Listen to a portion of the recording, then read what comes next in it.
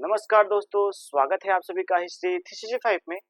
मेरा नाम है चंद्रेश उपाध्याय और मैं स्वागत करता हूं आप सभी का यमय का जो सीरीज है उसमें आप सभी का स्वागत है। तो जैसा कि मैंने आप सभी को कल के लेक्चर में बताया था कि आपका जो यमय फर्स्ट सेमेस्टर का जो पेपर है, फर्स्ट पेपर है, उसका जो नाम है वह उत्तर भारत की राजनीतिक इतिहास 600 ईसा पूर्व से लेकर 600 ईस्वी तक। जैसा कि मैंने आप सभी को पहले ही बताया था कि प्राचीन इतिहास का जो हमारा ये सीरीज है मैं फर्स्ट ईयर का फर्स्ट सेमेस्टर का ये पहला पेपर है। और मैंने आप सभी को कल जो इसके सिलेबस थे वो आपसे डिस्कस कर ली थी कि क्या इसमें क्या कुछ पढ़ना है, हम लोगों को क्या कुछ करना है, सब कुछ हमने कल डिस्कस कर लिया था। अब बात करते हैं कि इसमें हम लोगों का जो स्टार्टिंग है, स्टार्टिंग पॉइंट जो है हम लोगों का जो फर्स्ट पेपर का फर्स्ट जहाँ से हम लोगों का स्टार्टिंग माना जाता है वो 600 ईसा पूर्व से, यानी कि 600 ईसा पूर्व से लेकर के और 600 ईस्वी तक का इतिहास हमें इस फर्स्ट पेपर के अंतर्गत पढ़ना है। तो चलिए बात करते हैं इसमें कि जो 600 ईसा पूर्व है, यहाँ पे हम देखते हैं कि हमको 16 महाजनपद के उदय का जो सिद्धांत है वो देखने को मिलता है। इसके हमें जो साक्ष्य हैं वो देखने को मिलते हैं। इसके आधार पे हम देखेंगे कि जो 16 महाजनपद हैं इनके उदय के बारे में हम जानेंगे। 16 महाजनपद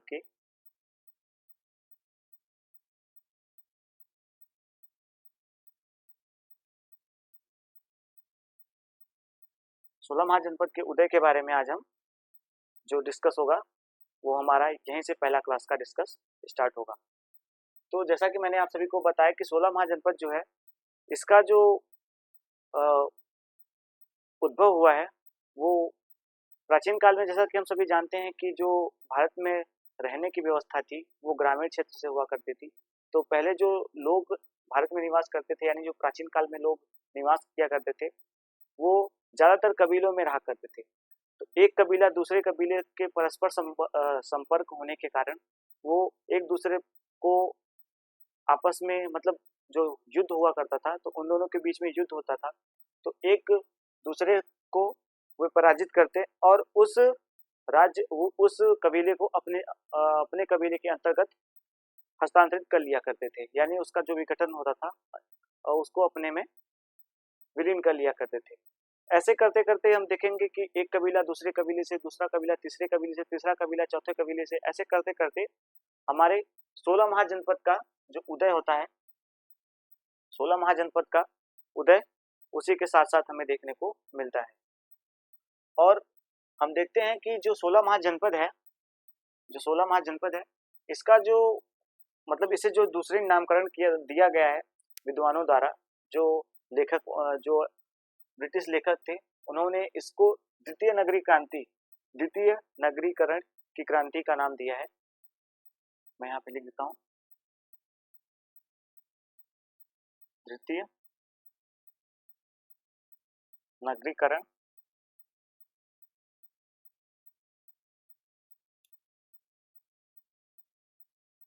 क्रांति। जैसा कि आप सभी जानते हैं कि जो द्वितीय नगरीकरण क्रांति है ये इस आधार पर रखा गया है कि जो पहली हमारी नगरीय क्रांति है वो सिंधु सभ्यता यानी कि हड़प्पा सभ्यता के आसपास हमें देखने को मिलती है। जो हड़प्पा में है, चाहे वो मोहनजोदड़ो हो, चाहे वो हड़प्पा हो, चाहे वो रोपड़ हो, चाहे वो लोथल हो, चाहे वो चौहदड़ो हो, कालीबंगा हो, ऐसे करके तमाम जो हमें नगरीय सभ्यता देखने को मिलते हैं वो प्रथम नगरीकरण के अंतर्गत रखे जाते हैं।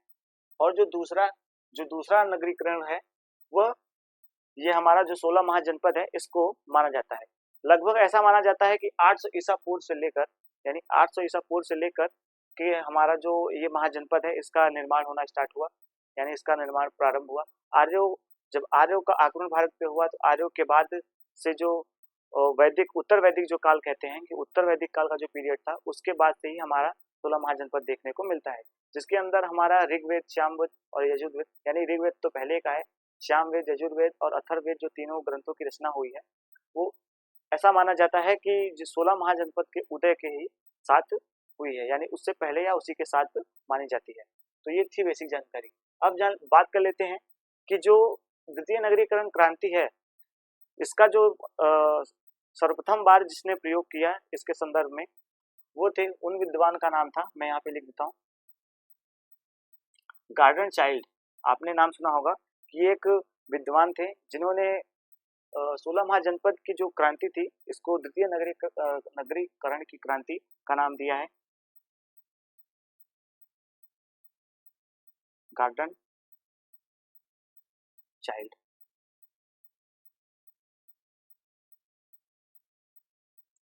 गार्डन चाइल्ड, इनकी एक पुस्तक है, आप देखेंगे कि अर्बन रेवोल्यूशन, इनकी जो पुस्तक प्रकाशित हुई है उसी में इस नाम का जिक्र आपको देखने को मिलेगा कि अर्बन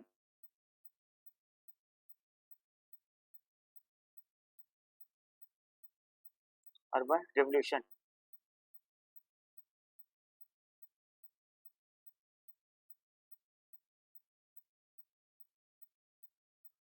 जो अर्बन रेवोल्यूशन है उसी किताब में इसे द्वितीय नगरीकरण की संज्ञा दी गई है, इसी के नामकरण से इसका नामकरण रखा गया है। तो अब बात करते हैं कि एक बेसिक, ये तो हमारी हो गई एक बेसिक नॉलेज जो कि 16 महाजनपद से उदय के पहले का जो हमारा थॉट्स था उसको जानने के लिए।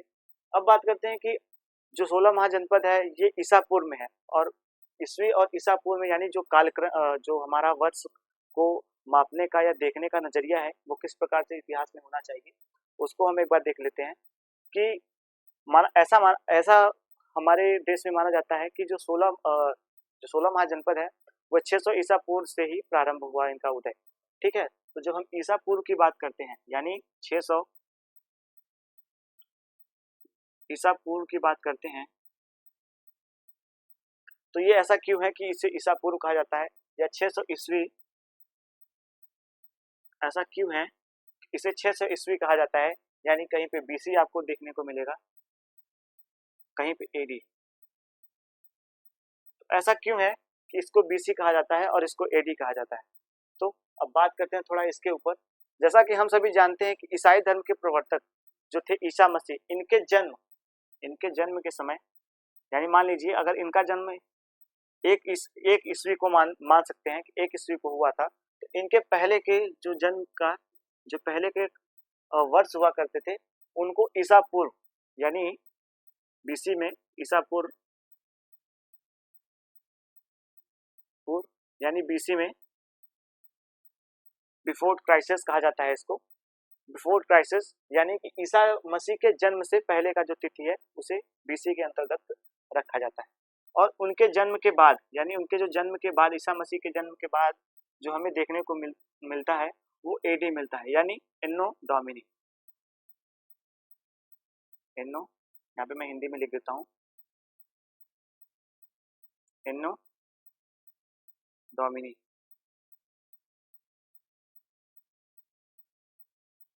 एनो डोमिनी इसे ईस्वी कहा जाता है, ईस्वी भी कहा जाता है। हम लोग देखते हैं कि आज भी हमारे जो अगर हम आधुनिक भारत पढ़ेंगे तो उसमें ईस्वी करके ही आता है, ऐसा कुछ नहीं है कि जो प्राचीन है। ये बस एक हम लोगों की जो मानसिकता है उसको जानने के लिए कि ईसा मसीह के जन्म से पहले का जो तारीख है उसे ईसा पूर्व के अंतर्गत रखा जाता है, और जो इसके बाद का तारीख है उसको ईस्वी में रखा जाता है। बीसी का मतलब होता है before crisis, before crisis, before crisis. अब देख सकते हैं कि जो ईसा मसीह के जन्म के बाद का जो समय है उसे एन्नो डोमिनी, और जो उनके पहले का उनके जन्म से जो पहले का वर्ष है उसे ईसा पूर्व के अंतर्गत रखा जाता है।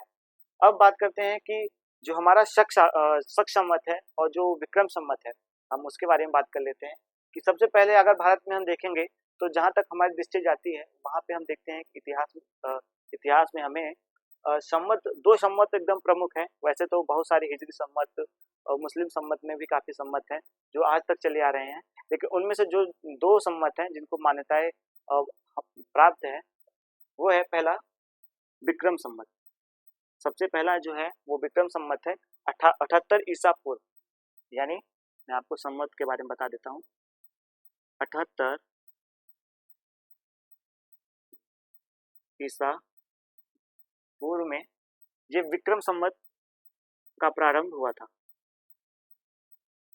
विक्रम संवत का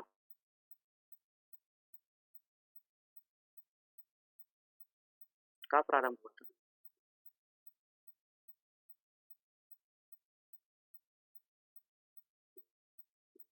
का प्रारंभ हुआ था। और एक संवत और है जिसे शक संवत के नाम से जानते हैं, 58 ईस्वी। ध्यान दीजिएगा कि ये ईसा पूर्व है और ये ईस्वी है। जैसा कि मैंने आपको बताया कि जो ईसा मसीह के जन्म के पहले का वर्ष है उसको हम ईसा पूर्व के अंतर्गत जानते हैं, और जो उनके बाद का है उसे हम ईस्वी के रूप में जानते हैं। तो ये विक्रम संवत है और ये शक संवत। शक संवत। अब एक जो सबसे बेसिक जो हम लोगों की जानकारी होती है उसके अंतर्गत एक क्वेश्चन हमेशा पूछा जाता है कि शक संवत और विक्रम संवत के बीच में जो वर्ष का अंतराल है वो कितने वर्षों का है। तो जो विक्रम संवत और जो शक संवत के बीच का अंतराल है उसके बारे में बात कर लेते हैं। तो मैं यहाँ पे लिख देता हूँ, इन दोनों के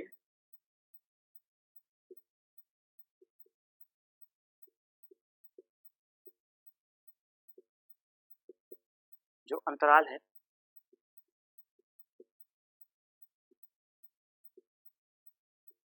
वह 135, ध्यान दीजिएगा 135 वर्ष का है। 135 वर्ष का है। इस बात को आपको नोट करते हुए चलना है। इसको अगर आप नोट कर रहे हो तो जरूर से जरूर नोट कर लें कि जो इन दोनों के बीच का जो अंतराल है वह करीब 135 वर्ष का है।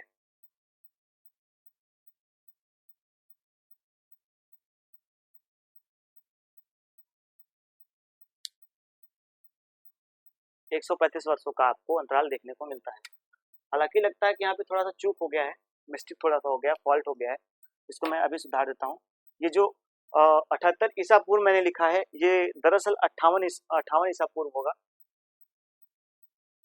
और जो 58 ईसा पूर्व है वो 78 ईसा पूर्व 78 ईस्वी होगा। तो ये छोटी सी मिस्टेक हो गई है। 78 और ये रहेगा आपका 58 ईसा पूर्व। सॉरी, इसके लिए थोड़ा सा गलती हो जाता है, मिस्टेक इंसान से ही होता है। तो ये रहा हमारा एक जो बेसिक नॉलेज है हमारा 16 महाजनपद को स्टार्ट करने का, जो हमको थोड़ी थोड़ी जानकारी चाहिए होती है उसके लिए। और दो जो चीज़ें और है कि 16 महाजनपद का जो हमें वर्णन मिलता है वो कहाँ से मिलता है, हमें कैसे पता चलता है कि यह 16 महाजनपद इस काल में था, या इनकी जो तारीख थी या इनका जो सीमा निर्धारण था वो किस प्रकार से था, उसके बारे में अगर हमें जानकारी प्राप्त करनी है उसके लिए हम ध्यान देते हैं कि जो हमें प्रमाण मिले हैं वो बौद्ध ग्रंथ अंगुत्तर निकाय और जैन ग्रंथ भगवती सूत्र से देखने को मिलते हैं। जैसा कि मैंने आपको बताया, मैं यहाँ पे मैं लिख देता हूँ, आप नोट कर लीजिएगा कि जैन ग्रंथ बौद्ध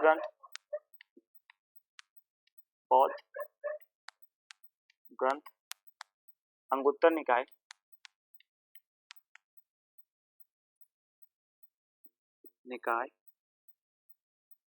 और जैन ग्रंथ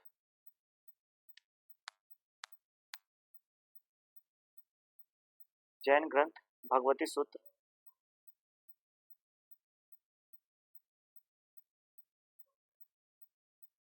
जैन ग्रंथ भगवती सूत्र में हमें इसका वर्णन देखने को मिलता है। तो ये थी हमारी बेसिक नॉलेज जिसको मैंने आपके साथ शेयर की। अब मैं आगे की तरफ बढ़ता हूँ। थोड़ा सा जो आगे है उसको भी हम लोग देखते हुए चलेंगे। मैं पहले इसको थोड़ा सा साफ कर लूँ ताकि हमको और आपको दोनों को स्पेस को जगह मिल जाए। आप इसका नोट्स बनाते हुए चलिएगा, क्योंकि नोट्स ही हमें है जो इतिहास को संजो के रखने का क्षमता और प्रेरणा प्राप्त करती है। तो आप इसको याद करते हुए चलिएगा और नोट्स भी साथ ही साथ बनाते हुए चलिएगा। तो चलिए अब बात करते हैं 16 महाजनपद की। 16 महाजनपद भी है और 10 गणराज्य भी है। आपको इस बात को नोट करते हुए चलना है कि जो 16 महाजनपद है वो बौद्ध और जैन ग्रंथों में हमें देखने को मिलता है, लेकिन जो 10 गणराज्य है वो भी हमें बौद्ध ग्रंथों में देखने को मिलता है। तो चलिए स्टार्ट करते हैं। अपना जो पहला महाजनपद है, मैं यहाँ पे एक टाइटल पहले आपको डाल दूं कि 16 महाजनपद, जिससे आपको आइडिया लग जाए, आप कंफ्यूज ना हो। हम बात अब करने वाले हैं 16 महाजनपद के बारे में। 16 महाजनपद के बारे में का उदय, बेसिकली हम इसी के बारे में अब बात करने वाले हैं कि 16 महाजनपद का जो उदय है वो किस प्रकार से है, इसमें हमें क्या देखने को मिलता है, क्या कुछ उसकी विशेषताएं हैं, क्या कुछ उसका नाम है, क्या कुछ उसके बारे में संदर्भ में हमें जानना है, क्या जानने की ज़रूरत है, क्या हमारे परीक्षा के दृष्टिकोण से ज़्यादा इम्पोर्टेंट है, वो देखना है। क्योंकि अब जो पहले हमारा होता था वो लिखित हुआ करते थे, तो उसमें हम जो भी लिख देते थे एक आध दो लाइन इधर उधर करके वो सही मान लिया जाता था। लेकिन अब जो शिक्षा नीति है, आपको पता है कि अब ऑप्शनल हो चुका है। आपको अगर सही आप विकल्प को चुनेंगे तभी आपको जो मार्क्स है वो मिलने की संभावना रहेगी, अन्यथा आपका जो है वो भारी लॉस हो जाएगा। अगर आपने गलत ऑप्शन को चुना तो आपका जो लॉस है वो तो आपको खुद ही पता है। ठीक है, तो चलिए स्टार्ट करते हैं। जो हमारा पहला महाजनपद है इसका नाम है अंग।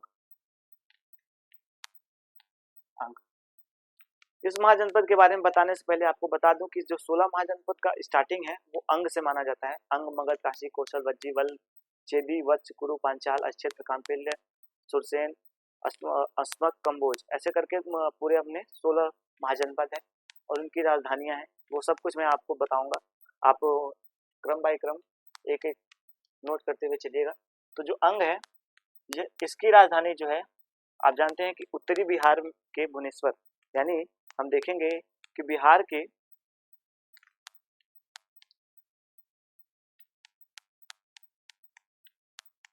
उत्तरी जो बिहार है हमारा, उसी के भूलपुर, सॉरी, तो चलिए स्टार्ट करते हैं। पहले हम इसकी राजधानी देख लेते हैं कि जो अंग की राजधानी है वो चंपा है। इसकी राजधानी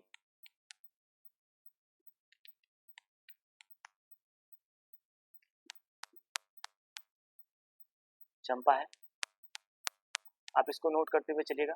इसकी जो राजधानी है वो चंपा है और जो इसका क्षेत्र है, वह उत्तरी बिहार, आधुनिक उत्तरी बिहार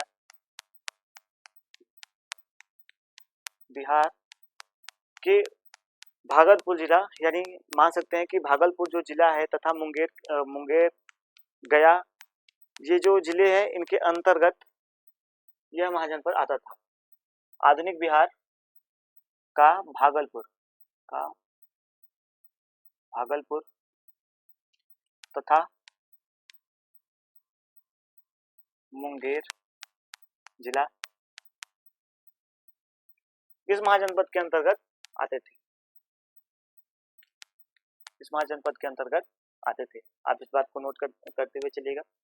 और जो इसकी प्राचीन जो जिसने इस नगर को बसाया था उनका नाम महागोविंद था, यानी जिसने इस राज्य की स्थापना की थी, जिसे इसका वास्तुकार कहा जाता है। यानी मैं यहाँ पे लिख देता हूँ कि इस नगर का वास्तुकार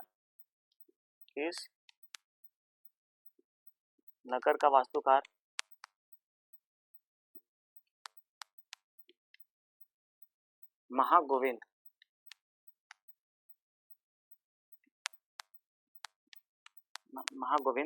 को माना जाता है।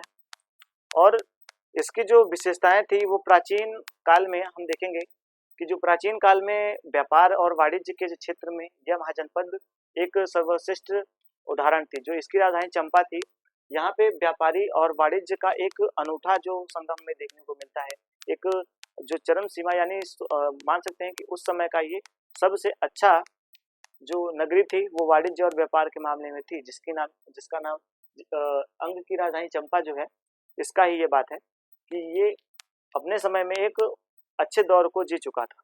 ठीक है, तो ये रहा हमारा अंग महाजनपद। इसके बारे में कुछ तथ्य और हैं, जैसे कि जो अंग था वहाँ के जो राजा थे, और मतलब ऐसी तमाम चीज़ें हैं जो हमें पौराणिक बातों का जो ज्ञान है वो इसके अंतर्गत मिलता है। तो हम अपने परीक्षा के दृष्टिकोण से जो इम्पोर्टेंट है उसी के ऊपर बात करेंगे। दूसरा है मगध। अंग अंग को जानते हैं, उसके बाद मगध। मगध, इसकी जो राजधानी है वो इसकी जो राजधानी है वो राजगृह है। जैसा कि आप सभी जानते हैं कि मगध की जो राजधानी है वो राजगृह, राजगृह या गिरिराज। बाद में बिंबिसार ने इसको गिरिराज कर दिया था, फिर उसको उदयन ने पटना कर दिया था, यानी पाटलिपुत्र कर दिया था। उसके बाद फिर काला अशोक ने इसे पटना किया, इसे राजगृह किया। तो इसलिए जो मान्यता है वो राजगृह और गिरिराज का ही माना जाता है, जो पुरानी मान्यता है। इसका 3 जगह हस्तांतरित हुआ था। आपको इस बात को नोट करना है कि बिंबिसार ने सबसे पहले इसकी राजगृह में ही बसाया था। उसके बाद फिर बिंबिसार ने ही इसको गिरिराज में ले जाके इसकी राजधानी को स्थापित किया था। फिर उसके बाद उसके पौत्र ने, यानी अजातशत्रु का जो पुत्र था उदयन, उसने इसकी राजधानी को ले जाकर के पटना यानी पाटलिपुत्र में स्थापित किया था। फिर काला अशोक, जो हम देखते हैं कि शुंग वंश का जो शासक है काला अशोक, वह इसकी राजधानी को फिर से पटना लाके पुनः गिरिराज लाके फिर से स्थापित कर देता है। तो ये रहा इसकी राजधानी। अब इसके क्षेत्र के बारे में बात कर लेते हैं। पहले तो बात कर लें कि जो इसका इस महाजनपद का जो सबसे प्रसिद्ध शासक था मगध महाजनपद का। अब अगर महाभारत आपने अगर देखी होगी तो आपको पता होगा कि एक जरासंध नामक क्रूर शासक का उल्लेख हमें देखने को मिलता है, जिसे भीम ने 2 भागों में चीरकर अलग किया था। वो मगध का ही शासक था जिसका नाम था जरासंध। तो जरासंध यहीं का शासक था। इस बात को आपको नोट करते हुए चलना है, क्योंकि जो पौराणिकता मान्यता है उसको अगर हम लेते हुए चलते हैं तो जल्दी जो तथ्य है वो भूलते नहीं। जो मगध का शासक था वो जरासंध ही था। तो ये जो जरासंध था वो यहीं का शासक था। उसके बाद देखेंगे कि जो इसका मतलब क्षेत्रफल है, जो हमें इसके क्षेत्रफल को देखने को मिलता है मगध का, तो ये आधुनिक पटना, जो आधुनिक पटना है यानी बिहार में ही जो आधुनिक पटना, आधुनिक बिहार में यहाँ पे लिख देता हूँ। तो आधुनिक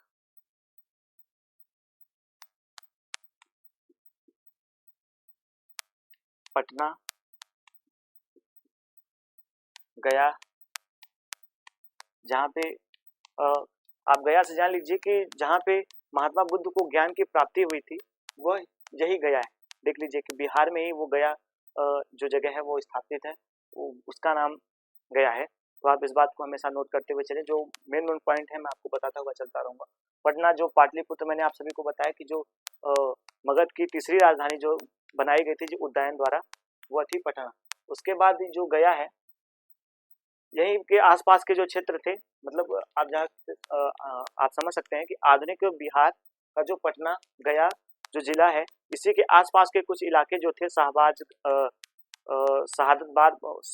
शाहाबादपुर, ऐसा करके एक और जिला है, इन्हीं तीनों के अंतराल में ही यह महाजनपद स्थित था। तो इस बात को भी आपको नोट करते हुए चलना है। और इसका जो शासक था, आपको बता दूं कि जो इसका शासक था वो मैंने आपको बताया कि जरासंध जो प्रसिद्ध शासक था माना जाता था। महाभारत कालीन में जो उसके पुराण में जो उसके प्रमाण मिले हैं, पुराणों में जो इसके प्रमाण मिले हैं, वह है जरासंध। तो ये हमारा हो गया दूसरा महाजनपद। अब बात करते हैं तीसरा, यानी काशी। आप सभी को पता है कि बाबा भोले की नगरी जो काशी है, ये वाराणसी यानी कि जो काशी है इसकी जो राजधानी है वो वरुणा और अस्सी नदियों के संगम पे बसा हुआ वाराणसी ही इस महाजनपद का मतलब कह सकते हैं कि जो काशी थी। तो मैं यहाँ पे लिख देता हूँ कि वरुणा और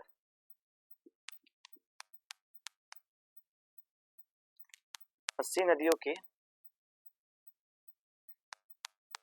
के संगम पे बसा हुआ इसकी जो राजधानी थी वह वाराणसी थी। जो राजधानी थी वाराणसी थी, मैं आपको लिख देता हूँ। जो इसकी राजधानी थी वो वाराणसी थी। इसका जो सबसे प्रतापी शासक था, यानी कि जो सबसे शक्तिशाली शासक था, ध्यान दीजिएगा, वैसे शासक तो काफी हुए हैं लेकिन इतिहास आपको पता है कि सभी को जगह नहीं देता। कुछ ही लोग होते हैं जो इतिहास में अपने लिए जगह बना पाते हैं। तो वैसे ही इसका जो सबसे प्रतापी शासक था वो बृहद्रथ था।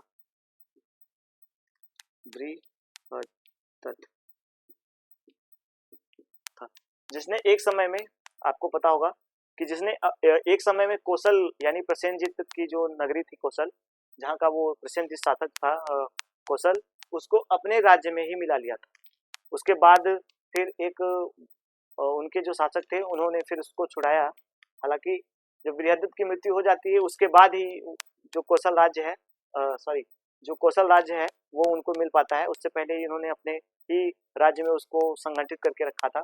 तो ये थे जो काशी के महान शासक। तो ये रही काशी के बारे में जो अच्छी है।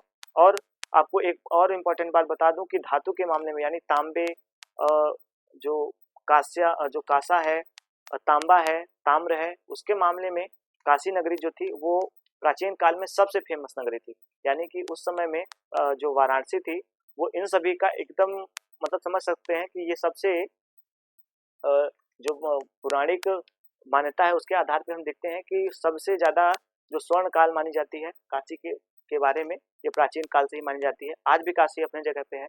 आप जानते होंगे कि जो वाराणसी की साड़ी है, यानी जो हम लोग बनारसी साड़ी कहते हैं, जो बनारसी साड़ी है वो पूरे वर्ल्ड में ही विख्यात है। तो इस प्रकार से हम जानते हैं कि काशी जो थी वो पहले प्राचीन काल में भी अपने जो उसको बनाए रखे थे और आज भी उसका जो मान्यता है वो काफ़ी ज़्यादा है। हालांकि वहाँ पे एक बाबा भोलेनाथ की जो भोलेनाथ की नगरी है उसे कहा जाता है काशी को, तो उसको भी हम लोग ध्यान में रखते हुए चलेंगे। आपको इस बात को नोट करते हुए चलना है क्योंकि यही जो टॉपिक्स हैं आपको परीक्षा के जब आप परीक्षा हॉल में बैठेंगे तो आपको यही सारे टॉपिक जो होंगे वो आपको याद आएंगे। तो ये रहा हमारा काशी। अब देखते हैं चौथा, यानी काशी के बाद आप क्या आता है कौशल, यानी चौथा जो है वो कौशल है।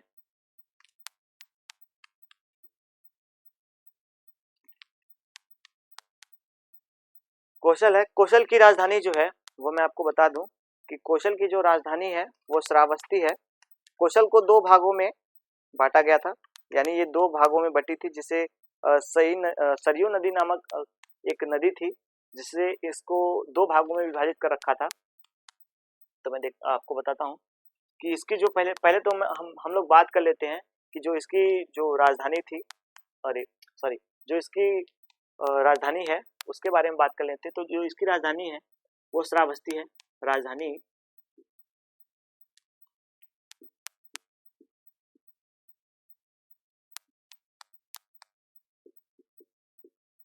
जो इसकी राजधानी है वो श्रावस्ती है। और अगर हम देखें महाभारत कालीन अगर हम देखें तो इसी की मतलब इसी राजधानी को कुशावती यानी कुशावती के नाम से भी जाना जाता है। आपको हो सकता है कि ऑप्शन में ऐसा कुछ रहे तो आप कुशावती लगा लीजिएगा, क्योंकि जो प्राचीन काल में यानी कि जो अरे महाभारत काल में जो हमें साक्ष्य मिलते हैं उसमें देखने को मिलता है कि कुशावती नामक ही राज्य हमें देखने को मिलता है। वहाँ पे श्रावस्ती का ज़्यादा उल्लेख हमें देखने को नहीं मिलता है। तो और मैं आपको इम्पोर्टेंट बात बता दूं कि इसकी जो दो राजधानियां थी, यानी जो उत्तरी कौशल थी और एक दक्षिणी कौशल थी, तो इसकी जो कौशल की राजधानी थी इसे एक सरयू नदी, यानी कि आप जैसे मान सकते हैं कि एक सरयू नदी बहती थी, इसके उत्तर साइड में उसकी जो राजधानी थी वो श्रावस्ती थी तथा दक्षिण तरफ जो थी उसकी राजधानी कुशावती थी। तो मैं आपको बता दूं कि इसको जो विभाजित कर दी थी उस नदी का नाम है सरयू। विभाजित करने वाली नदी थी, का नाम था सरयू नदी। उसका नाम सरयू नदी है। जो उत्तरी कौशल थी उसकी राजधानी श्रावस्ती थी और जो दक्षिणी कौशल थी उसकी राजधानी कुशावती थी। तो इस बात को आपको ध्यान में रखते हुए चलना है। और इसका जो सबसे प्रतापी शासक था वो प्रसेनजीत था।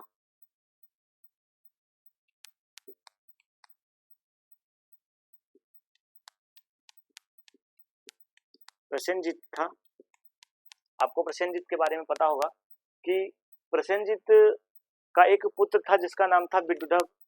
इन्होंने प्रसेनजीत का जो एक पुत्र था उसका नाम था विदुधव। वह लिक्ष्वी से जब युद्ध करता है और उन्हें उस युद्ध में परास्त कर देता है, तो उसके बाद जब वो वापस आता है तो वो अमरावती यानी अमरावती नदी के किनारे जो राप्ती नदी है उसके किनारे अपनी सेना को विश्राम करने के लिए रोकता है, लेकिन उस नदी में बाढ़ आ जाने के कारण वो अपने सेना समेत ही बह जाता है। इस बात को आपको नोट करते हुए चलना है। और इसके बारे में जो सबसे इम्पॉर्टेंट बात है वो यह है कि उदयन नामक एक जो राजा था उसका भी उल्लेख हमें यहाँ पे देखने को मिलता है। वो भी एक प्रतापी राजा है। हालांकि उदयन जो हमें मगध में देखने को मिलता है वो अलग है, ये उदयन अलग है। इसीलिए मैं जो दो नामे हैं उनको थोड़ा सा बाइकाट करते हुए चल रहा हूँ ताकि आपको कंफ्यूजन ना हो कि उदयन एक आपको मिलेगा कि जो अजातशत्रु का पुत्र है उदयन, और एक यहाँ पे मिलता है। तो इसके लिए मैं इनको जो है उनको साइलेंट में रखता हूँ, आपको समझ जाना चाहिए। जो उदयन है वो इस प्रकार से है।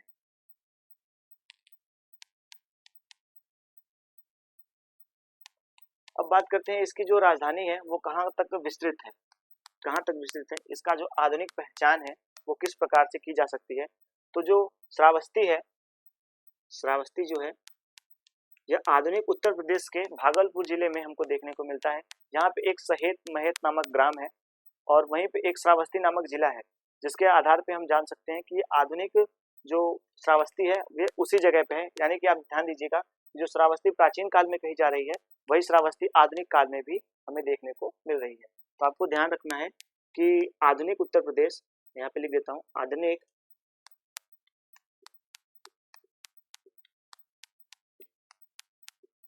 उत्तर प्रदेश,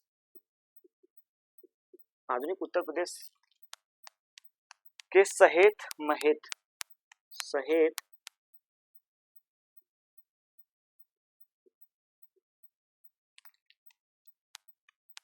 ग्राम से इसकी पहचान होती है। ठीक है,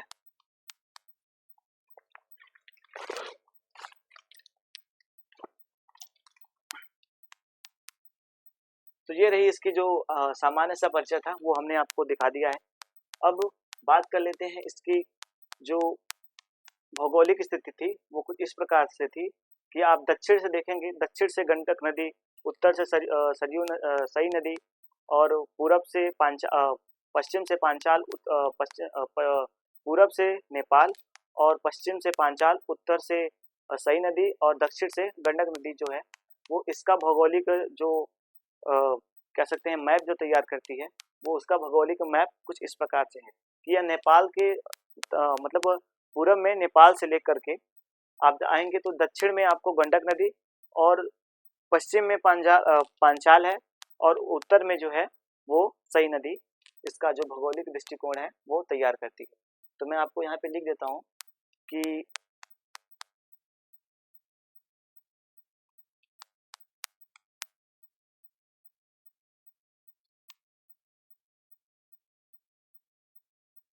मैं इसको यहाँ पे लिख देता हूँ कि उत्तर में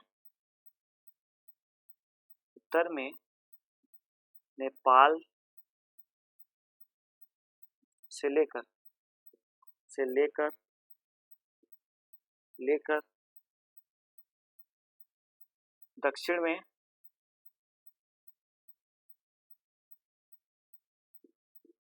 दक्षिण में गंडक नदी,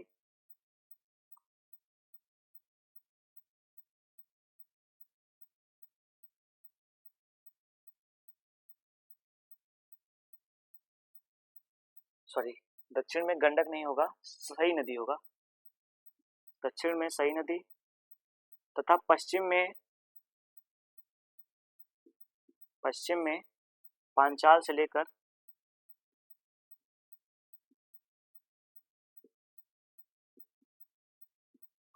लेकर पूर्व में गंडक, पूर्व में गंडक नदी तक यह राज्य फैला हुआ था।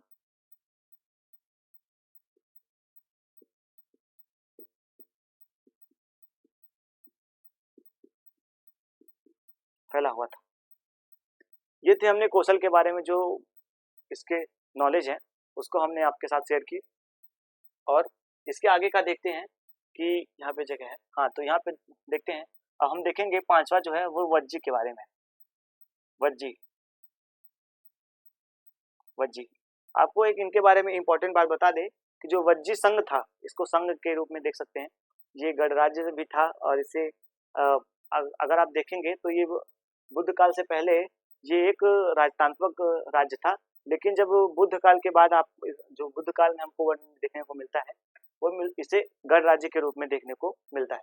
तो हम देख सकते हैं कि जो गणराज्य है इसे वज्जी संघ के रूप में देखा जा सकता है। इसके टोटल 8 संघ थे, जिनमें से जो 3 संघ थे वो काफी मजबूत थे, वो लिच्छवी थे, वो वज्जी थे, और एक और थे, वज्जी थे और मल्ल थे, वज्जी थे, वज्जी संघ, और एक विदेह और एक लिच्छवी। ये 3 जो संघ थे ये इसके सबसे इम्पोर्टेंट संघ थे, और ये सबसे ज्यादा मजबूत प्राचीन काल के जो गणराज्य थे उनमें माने जाते थे, जो किसी के आगे झुकते नहीं थे। ये मतलब समझ लीजिए कि उस हिसाब से थे कि इनको पराजित करने के लिए काफी कूटनीतियों का सहारा लेना पड़ा था अजातशत्रु को। उसके बाद जाके इन्होंने महात्मा बुद्ध से भी जाके परामर्श किया था। उसके बाद उन्होंने जो कहा था उसके आधार पे ही एक रणनीति बनाई थी, जिसके आधार पे इन्होंने देखा था कि इनको कैसे पराजित किया जा सकता है। फिर भी इसको पराजित नहीं कर पाते, और एक नदी के पानी के लिए विवाद, ये इन दोनों के बीच में एक नदी के पानी के लिए विवाद तैयार करते हैं ताकि इन दोनों का आपसी फूट हो सके। तो इसी प्रकार से इन पे फिर बाद में अजातशत्रु ने कब्जा किया था, यानी कि इनको अपने अधीन में लिया था। तो बात कर लेते हैं वज्जियों की। पहले तो बात वज्जी की जो राजधानी जो इसकी है, वज्जी की राजधानी वैशाली है। आप जानते होंगे कि सूती कपड़ों का जो हमें प्राचीन काल में भंडार देखने को मिलता है वो वैशाली में ही देखने को मिलता है। वैशाली में हम देखते हैं कि काफी प्राचीन हमें जो सूती कपड़ा है उनके जो भंडार हैं, उनके जो साक्ष्य हैं वो हमें वज्जी से देखने को मिलता है। तो हम आपको बता दें कि गंगा के ऊपर इसका जो प्रमंडल फैला हुआ था, जो इसका क्षेत्र था, गंगा के ऊपर यानी मैदानी क्षेत्र, यानी आप समझ सकते हैं कि गंगा का जो ढलाव वाला इलाका होता है वहाँ पे एक मैदानी क्षेत्र होता है जो कि उचला एरिया होता है, और एक निचला एरिया होता है। तो अगर आप नदी के उस पार होंगे तो वो एक उचले एरिया में आएगा, और जो नदी के इस पार होगा वो निचले एरिया में आएगा। तो अब इस बात को ध्यान में रखते हुए चलिए कि जो गंगा नदी के ऊपर तिरहुत प्रमंडल, और प्रमंडल में फैला हुआ ही वज्जियों का जो राज्य था वो उन्हीं के प्रमंडल में फैला हुआ था।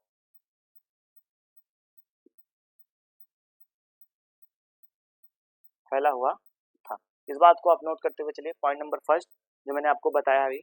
पॉइंट नंबर सेकेंड, इस बात को आप नोट करिए कि जो वज्जी संघ थे इनमें टोटल 3 संघ थे, 8 संघ थे सॉरी, और इसमें जो इम्पोर्टेंट थे वो 3 थे। मैंने आपको बताया कि लिच्छवी और वज्जी, और एक थे लिच्छवी थे, वज्जी थे, और एक लिच्छवी, वज्जी और एक और संघ थे, उनका नाम नहीं याद आ रहा। वो कुछ इस प्रकार से थे, विदेह,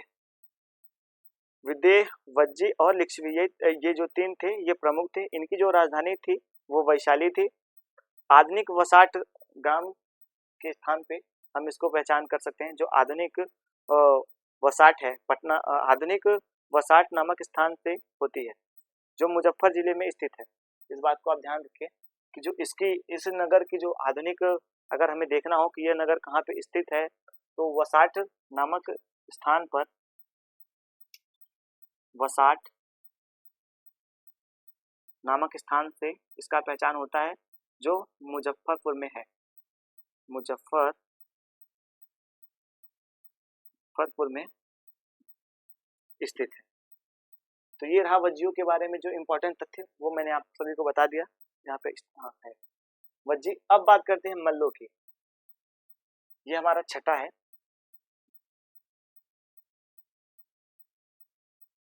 मल्ल के बारे में बात करते हैं। सबसे पहले हम जान लेते हैं कि जो मल्लों की राजधानी थी वो जो मल्लों की दो शाखाएं थी। पहली शाखा जो थी उसका नाम है पावा केमल और जो दूसरा शाखा था उसका नाम था कुशीनारा केमल। तो जो मल्ल की राजधानी है वो कुशीनगर है। कुशीनगर जो इसकी राजधानी है वो कुशीनगर है। और इनकी दो शाखाएं थी, वो दो प्रमुख शाखाएं थी जो कि मैंने बताया कि पावा केमल और कुशीनारा केमल। जो कुशीनगर था, आप जानते होंगे कि महात्मा बुद्ध थे, उनको जो यहाँ पे महापरिनिर्वाण प्राप्त हुआ था वह यही कुशीनारा इलाका था। आधुनिक हम देखेंगे कि जो कुशीनगर है, जो आधुनिक जो हमें कुशीनगर देखने को मिलता है वो इसी इलाके के आसपास हमें देखने को मिलता है। और जो इसकी दूसरी राजधानी थी पावा, आपको बता दूं कि जो कुशीनगर, यहाँ पर महात्मा बुद्ध को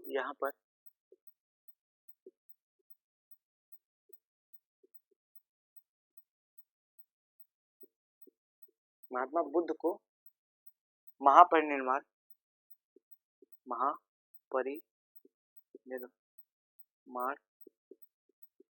प्राप्त हुआ था।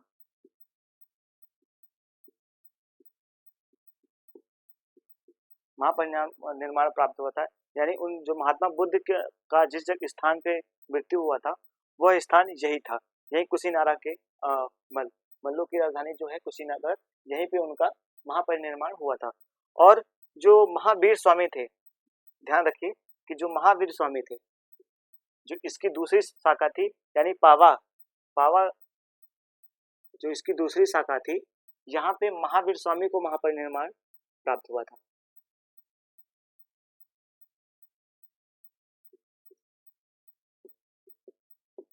जो महावीर स्वामी हैं उनको यहीं पे महापरिनिर्वाण प्राप्त हुआ था।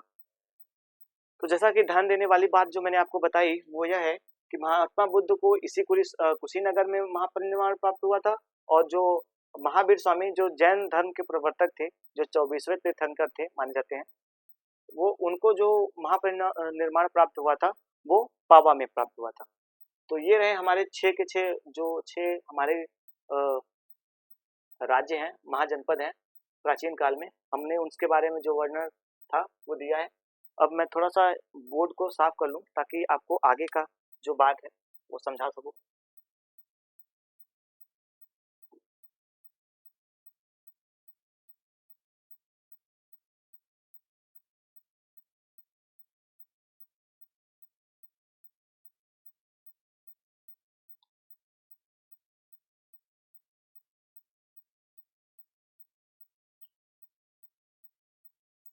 आप इसको एक बार स्क्रीनशॉट ले लीजिएगा, इसका नोट्स बना लीजिएगा, क्योंकि ये जो इसमें के कुछ पॉइंट्स हैं वो तो आपको मिल जाएंगे, पर कुछ पॉइंट ऐसे हैं जो काफ़ी ढूंढने के बाद मिलते हैं।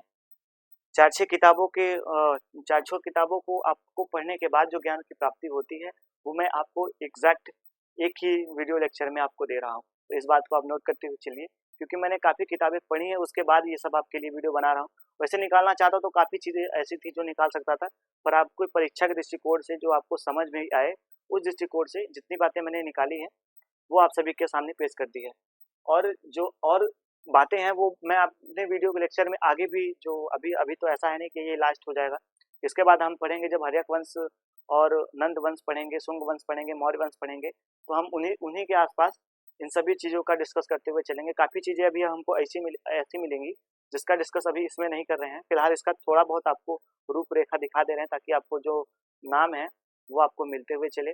आप जैसा कि जानते होंगे कि अगर मैं आपको थोड़ी थोड़ी जो नॉलेज है वो नामों का देता रहता हूँ, जैसे कि अभी मैंने आपको बिंबिसार के बारे में बताया, अजातशत्रु के बारे में बताया, उद्यान के बारे में बताया, प्रसेनजीत के बारे में बताया, और जो विदुरथ थे उनके बारे में बताया, महात्मा बुद्ध के बारे में बताया, और महावीर स्वामी के बारे में बताया। तो इनके बारे में भी हमें काफ़ी चीज़ें ऐसी होंगी जो आगे जानकारियाँ मैं आप सभी को देता रहूँगा।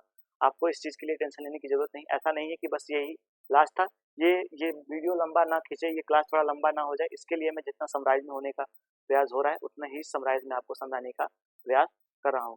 तो ये थे हमारे 6 राज्य हमने देख लिए हैं। अब बाकी के हमारे जो बचे हैं वो 10 राज्य हैं, 10 राज्यों को भी हम देख लेते हैं। तो हम पहुंचे थे मल, वत्स, अब अभी वत्स बाकी है। वत्स के बारे में जान लेते हैं कि अब जो हमारा 7वां है वो वत्स है। वत्स है, इसकी जो राजधानी है वो है आपकी कौशाम्बी। अब वज्जी की राजधानी वैशाली थी, तो वत्स की राजधानी कौशाम्बी। आपको इस बात को नोट करते हुए चलना है ताकि आप कंफ्यूज ना हो। इसकी राजधानी जो थी वो वत्स की राजधानी वैशाली। वैशाली में प्राचीन काल में एक शिक्षा का प्रमुख जो केंद्र था वो वैशाली में था। अगर आपको पता हो कि अगर आपने बल्लवी का नाम सुना होगा, तो एक विद्यापीठ है जो वल्लवी, जो बिहार में था, आपको पता होगा। वहाँ पे वैशाली से ही सटे हुए जो कार्य थे वहाँ पे होते थे। वहाँ पे उसका एक प्रसिद्ध विद्यापीठ था, आपको बताएंगे उसके बारे में। तो इसकी जो राजधानी थी वैशाली थी।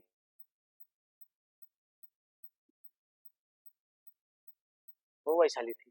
अब बात करते हैं इसका जो प्रमंडल जहाँ पे ये फैला हुआ था, ये राज्य जितने एरिया में फैला हुआ था, तो आधुनिक इलाहाबाद का इलाका। आप जानते होंगे कि इलाहाबाद आज यानी प्रयागराज जो आप देखते हैं, जहाँ पे का संगम मेले का आयोजन जहाँ पे होता है, वो आधुनिक प्रयागराज यानी पहले तो इलाहाबाद हुआ करता था, अभी प्रयागराज। तो प्रयागराज में आप देखेंगे कि जो आधुनिक प्रयागराज है, वहीं के इलाके में वत्स महाजनपद स्थित था। तो मैं यहाँ पे लिख देता हूँ कि आधुनिक प्रयागराज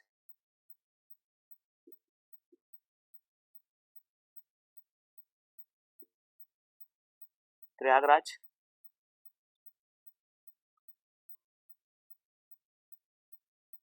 में यह राज्य फैला हुआ था।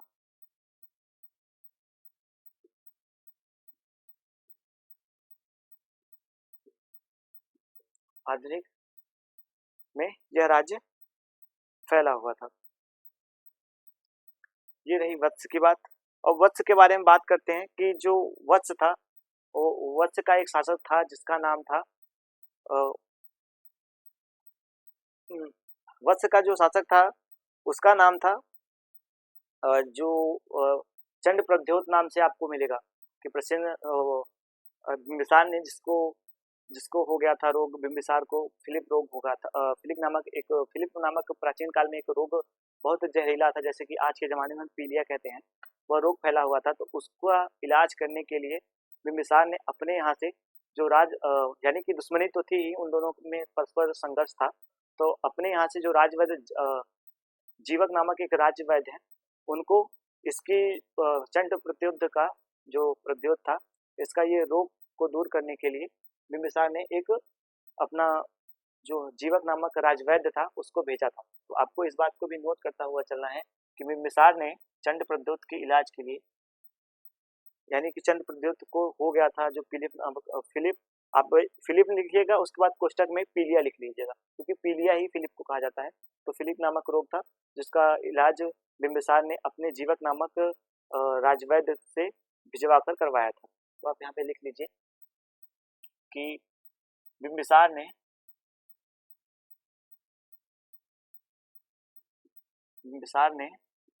अपने राजवैद्य, हालांकि इन दोनों में उस समय युद्ध हुआ करते थे। उस समय बहुत जो माहौल था वो इनका युद्ध का बना हुआ था। तो एक हालांकि हम देखें, जब बिम्बिसार को पढ़ेंगे हर्यक वंश में कल, तो हम देखेंगे कि उसकी जो कूटनीतियाँ थी वो काफ़ी हद तक अच्छी थी।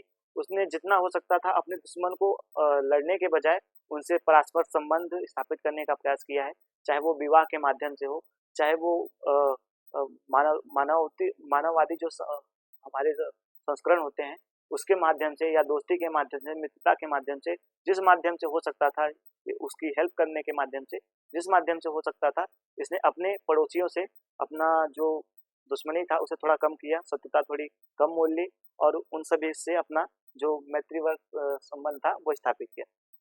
अपने राजवैद्य,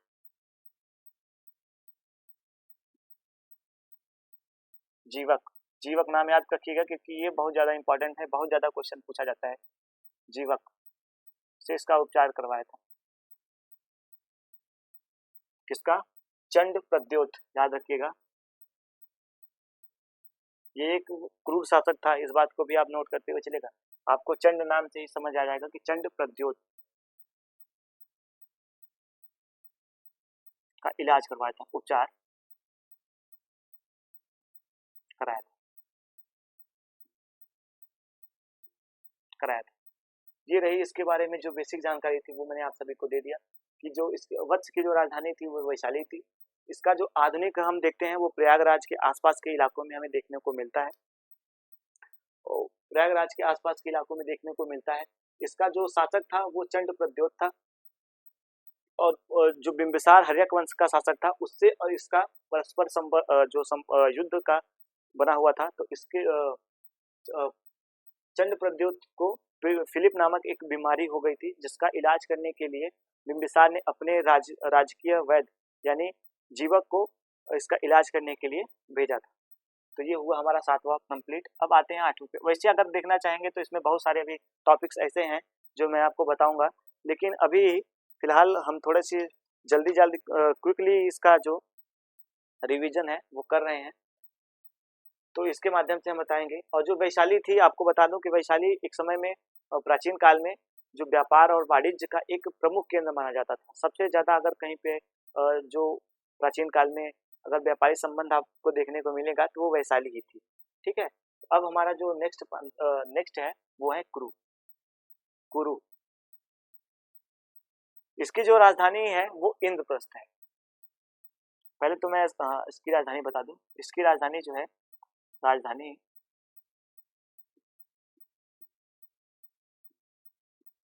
इंद्रप्रस्थ,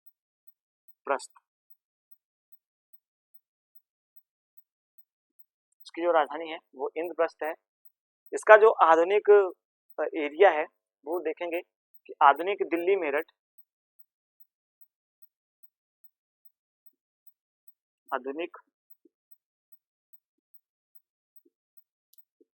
दिल्ली मेरठ, मेरठ और उसके आसपास के कुछ क्षेत्र, और उसके आसपास के कुछ क्षेत्र इस महाजनपद के अंतर्गत आते थे। आप जानते होंगे कि अगर आपने महाभारत देखा होगा तो आपको पता होगा कि जो इंद्रप्रस्थ है यह हस्तिनापुर से विभाजित हुआ एक खंड था जो पांडवों को मिला था। तो पांडवों ने अपनी जो राजधानी बसाई थी वो इंद्रप्रस्थ में ही बसाई थी। तो इंद्रप्रस्थ को आप इस प्रकार से याद कर सकते हैं, और इसके अंतर्गत ही हस्तिनापुर साम्राज्य जो है वो आता था। इसके बारे में बहुत ज़्यादा टॉपिक्स हमको जानने की जरूरत नहीं है, जितना है मैंने आपको बता दिया कि हस्तिनापुर इसी के अंतर्गत आता था। जो हस्तिनापुर था वो इसी के अंतर्गत निवास करता था। मैं यहाँ पे लिख देता हूँ एक पॉइंट और बढ़ा के कि हस्तिनापुर, महाभारत कालीन हस्तिनापुर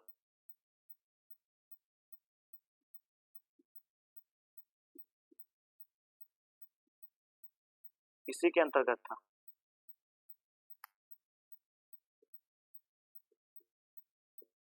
इसी के अंतर्गत था।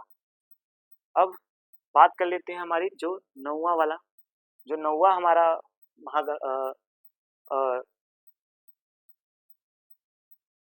महाजनपद है, उसका नाम है पांचाल। पांचाल,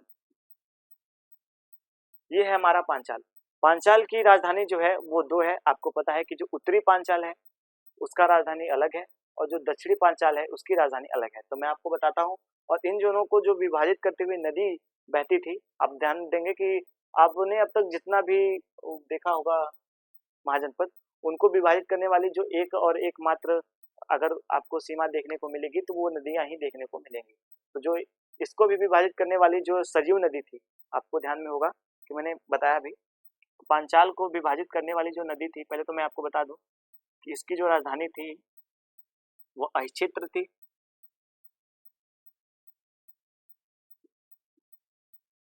अहिच्छत्र और काम्पिल्य,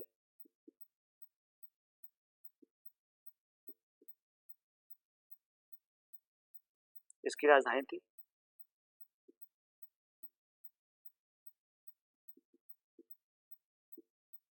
इसकी राजधानी थी, और इसको विभाजित करते हुए जो कि बताया मैंने सरयू नदी, जो इसको विभाजित करती थी, इसके बीच से जो नदी बहती थी उसका नाम था सरयू। आपको मैं ऐसे बता दूं, ऐसे लिखूंगा तो काफी ज्यादा लिख जाएगा। मैं बता दूं कि जो इस महाजनपद को जो विभाजित करती थी, विभाजित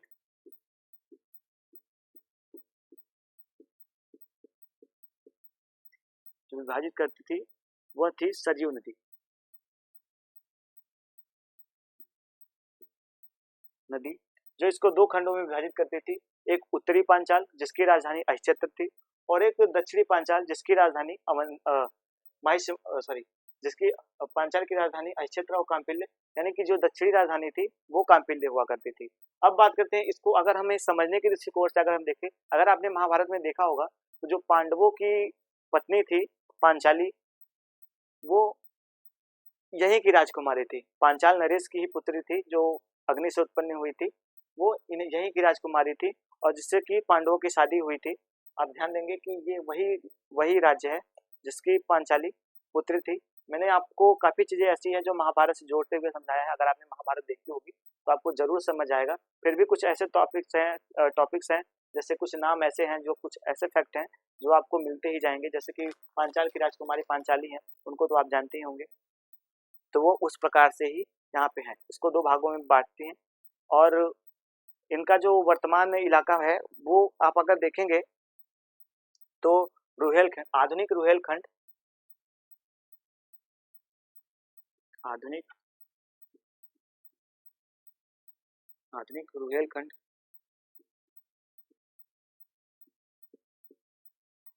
रुहेलखंड और बरेली। बरेली आप जानते होंगे कि अगर आपने बरेली की बर्फी सुनी, अगर मूवी देखी होगी तो आपको याद होगा, इससे आपका एक बेसिक नॉलेज जो है वो कंप्लीट होगा कि बरेली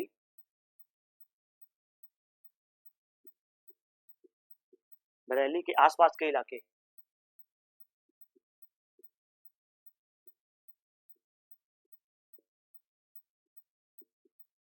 इस महाजनपद के अंतर्गत आते थे।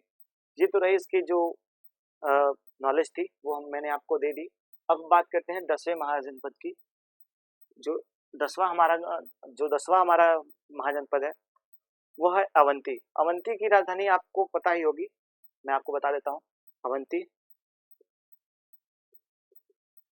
अवंती इसकी भी दो राजधानियां थी। अगर आपने बाहुबली मूवी देखी होगी तो आपको याद होगा कि अवंती की जो राजधानी थी वो माहिष्मती और उज्जैन और माहिष्मती थी, यानी जो इसकी राजधानी थी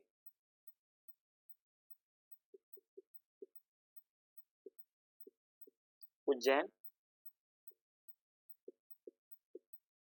और माहिष्मती।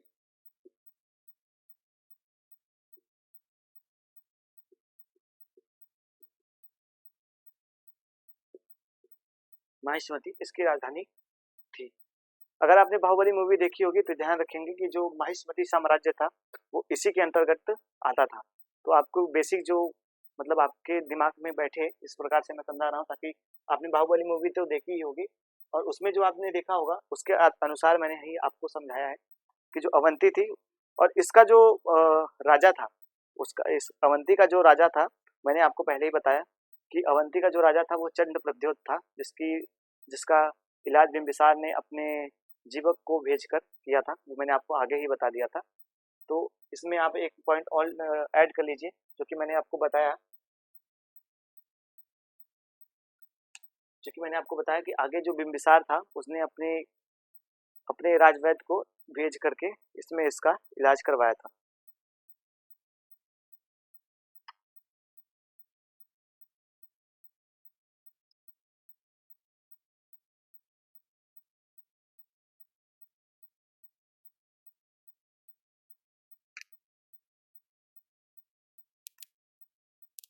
आप देखेंगे कि पश्चिम भारत में, अगर आप देखेंगे तो पश्चिम भारत में हमको इस महाजनपद का जो प्रभुत्व है वो देखने को मिलेगा। पश्चिम भारत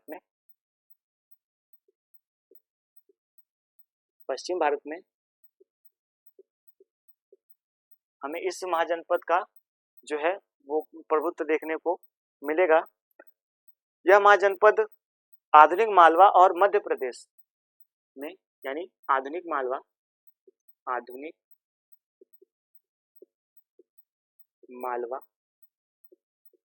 मालवा और मध्य प्रदेश इस महाजनपद का कुछ और कुछ आसपास के जो कुछ हिस्से थे वो इसके अंतर्गत आते थे। तो ये रही हमारी इसका जो मैंने आपको बताया कि इसकी जो राजधानी थी वो माहिष्मती थी। जो इसका शासक जो सबसे प्रमुख शासक था उसका नाम चंड प्रद्योत था। और जो इसकी भौगोलिक दृष्टि थी वो पश्चिम भारत में स्थित थी। ये आधुनिक मालवा और मध्य प्रदेश के कुछ हिस्सा जो अगल बगल के कुछ हिस्से थे वो इस महाजनपद के अंतर्गत आते थे। तो ये हुआ हमारा अवंती महाजनपद। अब आप बात करेंगे सुरसेन की। अब जो हमारा 9वां है सुरसेन, मैं यहाँ पे लिख देता हूँ, 10वां नहीं 11वां हमारा है सुरसेन, सॉरी 11वां है हमारा सुरसेन। 11वां सुरसेन है। जो आप अगर मैं इसका जो क्षेत्रफल आपको बताऊं तो इसका जो क्षेत्रफल है वो आधुनिक ब्रजमंडल जो 84 कोस में फैला हुआ है। हम जानते हैं कि जो हमारी राधा रानी है वो यही 84 कोस में रहती हैं। जो यहाँ के शासक थे वो हमारे श्री कृष्ण महाराज थे और उन्हीं के आधार पे मैं आपको समझाने का प्रयास करूंगा ताकि आपको कुछ उनसे सट के रहे तो आपको समझ आएगा। जो सुरसेन थी वो आधुनिक ब्रजमंडल आधुनिक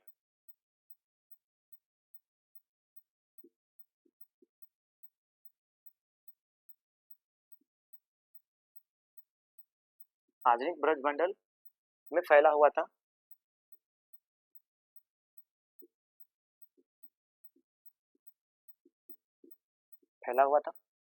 और जो इसकी राजधानी थी वो मथुरा थी।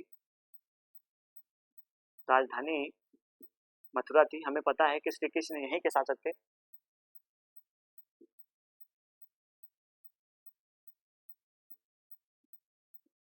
श्री कृष्ण जो थे वो यहीं के शासक थे। इसका एक जो महत्वपूर्ण उदाहरण है मैं आपको दे दूं कि जो श्री कृष्ण थे यहीं के शासक थे। तो इस हिसाब से हम जानते हैं कि अगर हम महाभारत कालीन से इसको जोड़ के देखेंगे तो हमें समझ में आ जाएगा कि इसकी जो विशेषताएं थी वो कुछ इस प्रकार से थी। और एक शासक थे सॉरी एक विदेशी यात्री हैं जिन्होंने इसके जो मतलब नगर का नाम है और जो इसकी राजधानी है इसको अलग मतलब नाम में लिखा है। तो मैं आपको बता दूं कि उन्होंने इसका जो उल्लेख किया है वो सुरसेन को सुरसेन सुरनोमोई याद करके कि सुरनोमोई इसका नाम दिया है। और जो इसकी राजधानी है उसका नाम इन्होंने क्या दिया है कि क्या नाम है इसका मथुरा। तो उसको इन्होंने लिखा है मोथोरा। ये हमारी परीक्षा के दृष्टिकोण से जो है वो अत्यंत महत्वपूर्ण हो जाता है।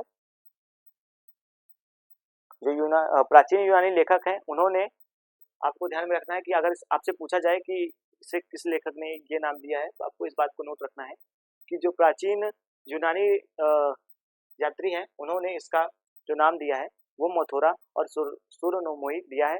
और यहीं के जो शासक थे श्री कृष्ण थे, यहीं के राजा थे। आप सभी को पता है कि मथुरा जो थी वो हमारी पूजनीय धरती है। तो वहाँ पे हमें देखने को मिलता है। अब बात करते हैं कि चेदी की बात कर लेते हैं। जो 12वां हमारा है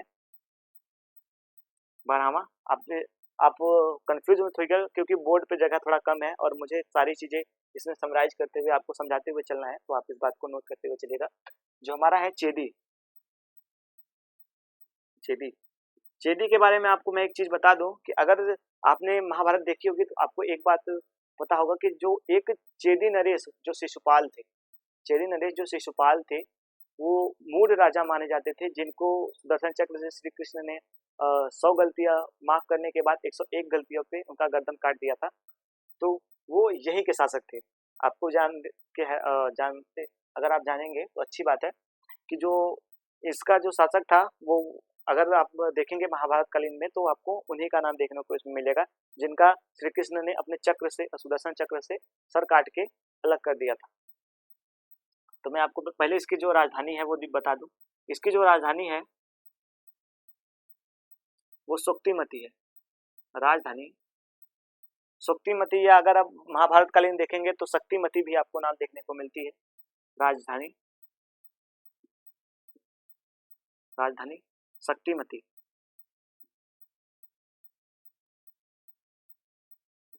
शक्तिमती या सोक्तिमती। सोक्तिमती ज़्यादा जो है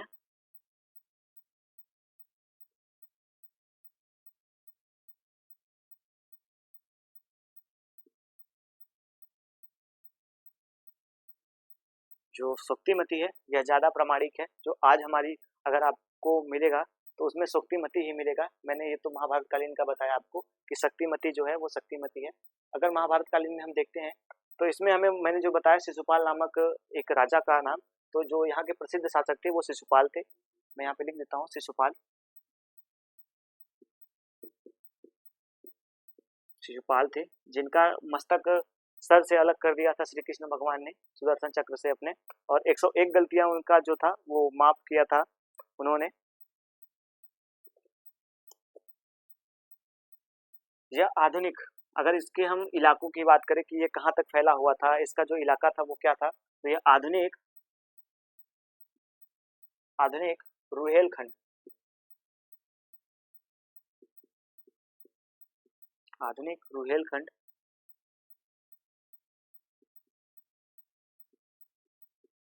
आधुनिक रुहेलखंड का जो इलाका था का जो इलाका था वह चेदी महाजनपद का इलाका माना जाता है। जो आधुनिक, जो हमारा आज का आधुनिक रुहेलखंड का इलाका है, रुहेलखंड नहीं सॉरी बुंदेलखंड माफी चाहेंगे, क्योंकि रुहेलखंड और बुंदेलखंड में हमको कंफ्यूजन हो जाती है। रुहेलखंड, अगर रुहेलखंड जो है वो अवंती की आप देखेंगे तो राजधानी और इलाका है, ये है बुंदेलखंड, अरे सॉरी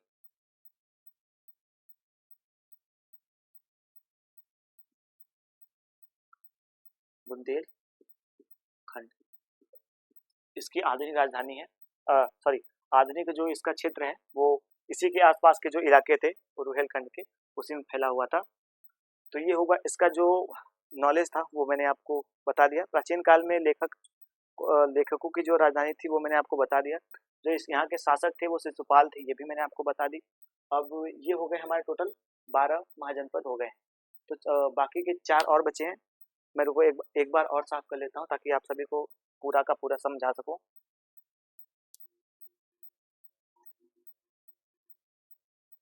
आप इसका अगर नोट्स बनाते हुए चलेंगे तो आपके लिए ज़्यादा किफ़ायती होगा, ज़्यादा बढ़िया होगा। नहीं तो आपको बार बार ये वीडियो को रिवाइज करके देखना पड़ेगा। इससे अच्छा आप एक ही बार में इसका जो रिवीजन है वो करते चलेंगे, ताकि आपको जो 16 महाजनपद का रिवीजन करना पड़ेगा तो ये मिल जाएगा। ये ऐसा नहीं है कि एक ही किताब में आपको देखने को मिलेगी, ये आपको काफ़ी किताबों में मैंने इसको खंगाला है, तब जाके मुझे ये जो नॉलेज है वो मुझे प्राप्त हुआ है, जो आप सभी के साथ मैं शेयर कर रहा हूँ। ये एक किताबों की उपज नहीं है, काफ़ी किताबों में मैंने इसको खोजा है, वरना कहीं पे तो एक आगे पॉइंट में एक ही पॉइंट मिलता है, 2 ही पॉइंट मिलते हैं, ज़्यादा पॉइंट मिलते नहीं है। तो ये जो आपको पॉइंट्स बता रहा हूँ ये काफ़ी किताबों को खंगालने के बाद मुझे मिले हुए हैं, तो मैं उस हिसाब से आपको समझाते हुए चल रहा हूँ। उम्मीद करता हूँ कि आप मेरी इस मेहनत को साकार करेंगे, अपने परीक्षा के दृष्टिकोण से इसको अन्यथा न लेंगे। तो चलिए अब बात कर लेते हैं। अब जो हमारा आगे का है, आपको मैंने सुरसेन के बारे में बताया, अब बात करते हैं मत्स्य की। अगर आपने मत्स्य का नाम सुना होगा तो जो पांचाल जो पांडु थे यानी जो पांडव थे, उनकी माता जो कुंती थी वो अगर आप देखेंगे तो महाभारत कालीन में आपको देखने को मिलेंगी, वही मत्स्य राजकुमारी थी। अगर आपको पता हो कि जो कुंती माँ थी उनकी, वह मत्स्य राजकुमारी थी। तो हमारा ये 13वां है, 13वां महाजनपद है। थोड़ा सूख जाने दीजिए क्योंकि अभी भीगा हुआ है। चलिए स्टार्ट करते हैं। मत्स्य मत्स्य महाजनपद के बारे में मैंने आपको बताया। इसकी जो राजधानी है, मत्स्य की जो राजधानी है वो विराटनगर है, यानी कि विराटनगर इसकी राजधानी जो है वो विराटनगर है। दिख नहीं रहा, एक मिनट मैं इसको कपड़े से साफ कर देता हूँ, क्या होगा कि दिख नहीं रहा।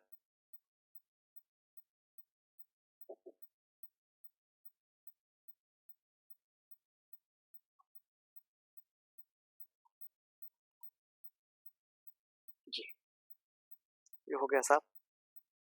अब मैं बताता हूँ आप सभी को कि जो सॉरी ये 13वां है ना, तो मत्स्य की राजधानी मत्स्य मत्स्य की जो राजधानी है वो विराटनगर है।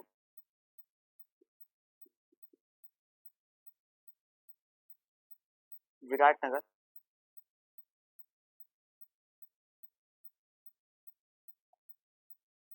जो मत्स्य की राजधानी है वह विराटनगर है।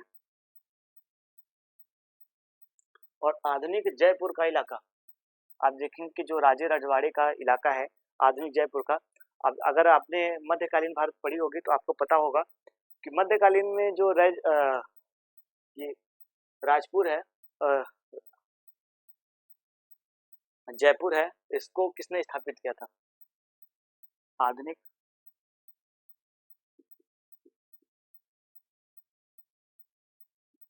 जयपुर, जयपुर का इलाका इलाका इस महाजनपद के अंतर्गत आता था। ये इसका क्षेत्रफल है और ये इसका जो नगर है वो मैंने बताया।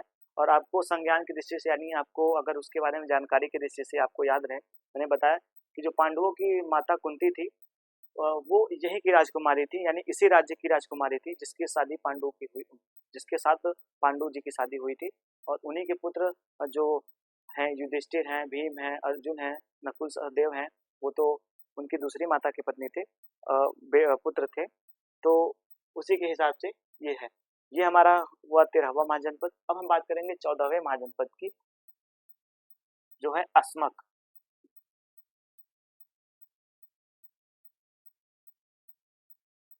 अस्मक अस्मक जो है इसकी जो राजधानी है वो हाटक है। और यह हाटक है। और पौराणिक अगर मान्यता में हम देखें तो वहां पे आपको राजपुर राजपुर यानी इसकी जो राजधानी है वो हाटक है। और अगर पुरानी मान्यताओं को अगर हम देखें, जो वहां पे हमें इसकी राजधानी मिलती है वो राजपुर के नाम से मिलती है। राजपुर यानी जो हमें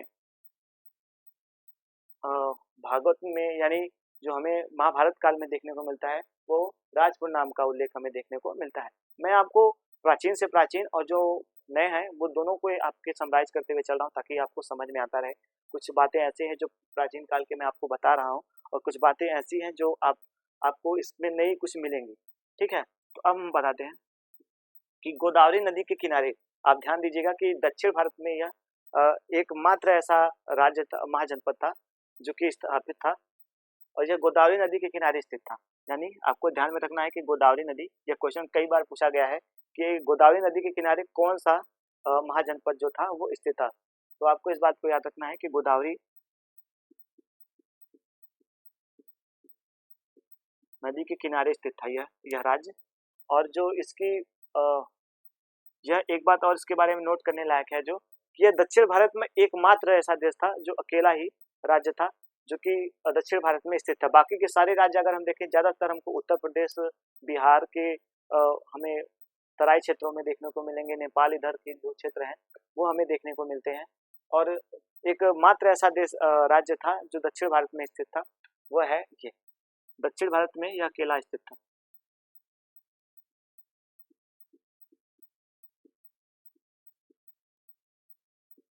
में यह स्थित था। इस बात को ध्यान रखिएगा कि ये दक्षिण भारत में अकेले स्थित था। इसके अगल बगल कोई ज्यादा विशेष जो लड़ाइयाँ थी, जो इसके अगल बगल कोई ज्यादा राज्य नहीं था, इसलिए इसके जो युद्ध हुए हैं वो काफी कम हुए हैं। इसमें आपको युद्धों की संख्या कम देखने को मिलेगी। इसमें राज्य जो राजा के नाम है वो आपको देखने को थोड़ा कम मिलेगा क्योंकि इन्होंने जब बहुत ज्यादा युद्ध किया नहीं है तो इसके लिए इनकी जो विशेषताएं हैं वो थोड़ी कम है। तो मैं आपको बता दूं कि अगर दक्षिण भारत के इलाके के दृष्टिकोण से देखें तो यह महाजनपद जो है वो काफी ज्यादा महत्वपूर्ण है। लेकिन अगर ऐसे देखते हैं तो हमें यह इस महाजनपद की कुछ ज्यादा विशेष जो है वो जानकारी देखने को नहीं मिलती है।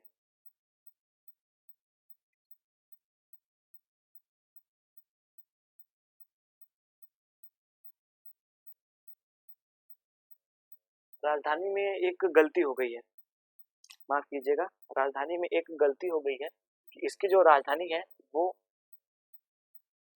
वो पोतन और पोतनी है, जो कि मैंने यहाँ पे हाटक लिख दिया था गलती से। यह कंबोज की राजधानी हाटक है, जो मैंने गलती से बाय मिस्टेक लिख दिया है, तो मैं इसको सुधार देता हूँ कि जो इसकी राजधानी है, अस्मक की राजधानी है,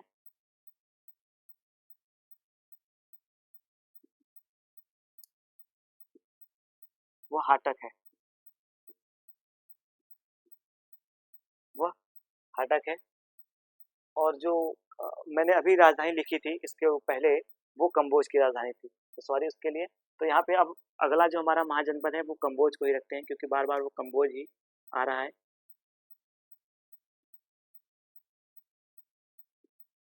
कंबोज, इसकी जो राजधानी थी वो हाटक थी।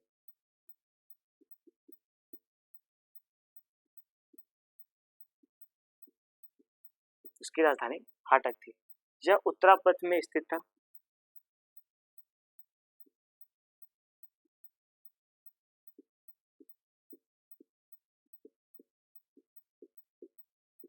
इसका जो विशेष अ, जो इसकी विशेष मान्यता है, यह उत्तरापथ में स्थित था, यानी कि जब हम भारत में अफगानिस्तान की ओर से घुसते हैं, तो जो उत्तरापथ नामक एक राज्य थी, एक राज्य पथ था जिसका नाम था उत्तरापथ, यानी उत्तर से और दक्षिण भारत को वो जोड़ता था, जिसे आज हम जीटी रोड के नाम से जानते हैं। यही प्राचीन काल में उत्तरापथ के नाम से था, फेमस था। हालांकि समय समय पे जो जीटी रोड है इसकी मरम्मत की गई, इसके अलग अलग शासकों ने इसका जो निर्माण कार्य करवाए, इसलिए जो प्राचीन काल के निर्माताएं थे उनके थोड़े से जो नाम है उन पे आपको पर्दा देखने को मिलता है। हालांकि अगर आप देखेंगे तो उत्तरापथ का निर्माण चंद्रगुप्त मौर्य ने करवाया था। जो आज का जीटी रोड है, आपको एक बात जान के बहुत आश्चर्य होगा कि जो आज हम लोग देखते हैं कि जीटी रोड है, जो ग्रांड ट्रंक रोड है, और जिसे कहा जाता है कि शेरशाह सूरी ने बनवाया था, ये हालांकि दरअसल बात ऐसी है कि ये शेरशाह सूरी नहीं बनवाया था। ये शेरशाह सूरी से पहले जो चंद्रगुप्त मौर्य थे, इन्होंने अपने राज्य में दो जो सबसे महत्वपूर्ण पथ हैं, उत्तरापथ और दक्षिणापथ, ये दोनों पथ जो हैं वो आपको देखने को मिलेंगे। दक्षिण भारत में एक दक्षिणापथ मिलेगा और उत्तर भारत में एक उत्तरापथ मिलेगा, जो पूरे भारत को एक दूसरे से जोड़ते थे। तो ये आपको एक बात बहुत आश्चर्य वाली बात मैं बता रहा हूँ कि जो 16 महाजनपद में हम देखेंगे कि जो आज हम जीटी रोड देख रहे हैं, यह जीटी रोड आज का नहीं है, जिससे हमें बताया जाता है कि अ, इसे शेरशाह सूरी ने बनवाया था। तो ऐसा नहीं है कि शेषा सूरी ने इसे बनवाया था, क्योंकि यह शेषा सूरी ने नहीं बनवाया था।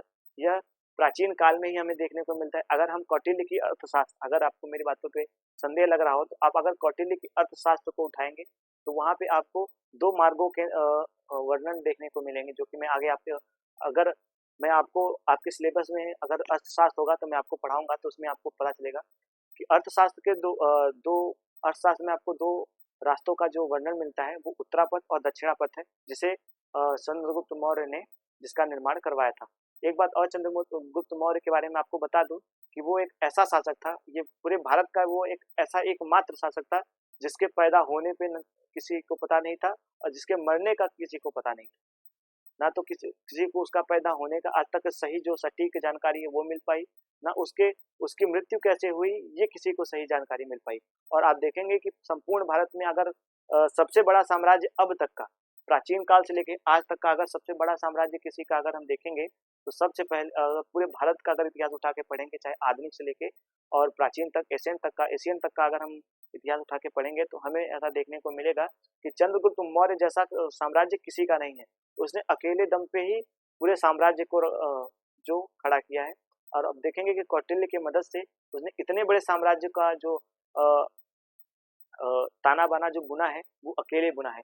और जैसा कि हम देखते हैं कि उसके बाद की जो उसका पुत्र जो होता है बिंदुसार, या बिंदुसार का पुत्र जो होता है अशोक, हम देखते हैं कि अशोक महान था, उसका सबसे बड़ा साम्राज्य था। तो बिल्कुल भी ऐसा नहीं है, वो सब उसके दादाजी ने, यानी कि चंद्रगुप्त मौर्य ने उसको अपने पुत्रों को वो दिया था। उससे पहले उसने अपना सारा साम्राज्य बना लिया था। आगे जब हम पढ़ाएंगे मौर्य वंश जब हम पढ़ाएंगे तो उसमें आपको सभी चीज़ों का जो जानकारी होगा वो आप सभी को देंगे। तो ठीक है, तो मैंने ये आपको उत्तरापथ के बारे में बताया, और ये उत्तरापथ में ही स्थित है। अगर आप दक्षिण भारत में अगर पाकिस्तान से भारत की ओर घुसेंगे तो आपको ये उत्तरापथ मार्ग जो मिलता है, वहीं पर यह राज्य स्थित है।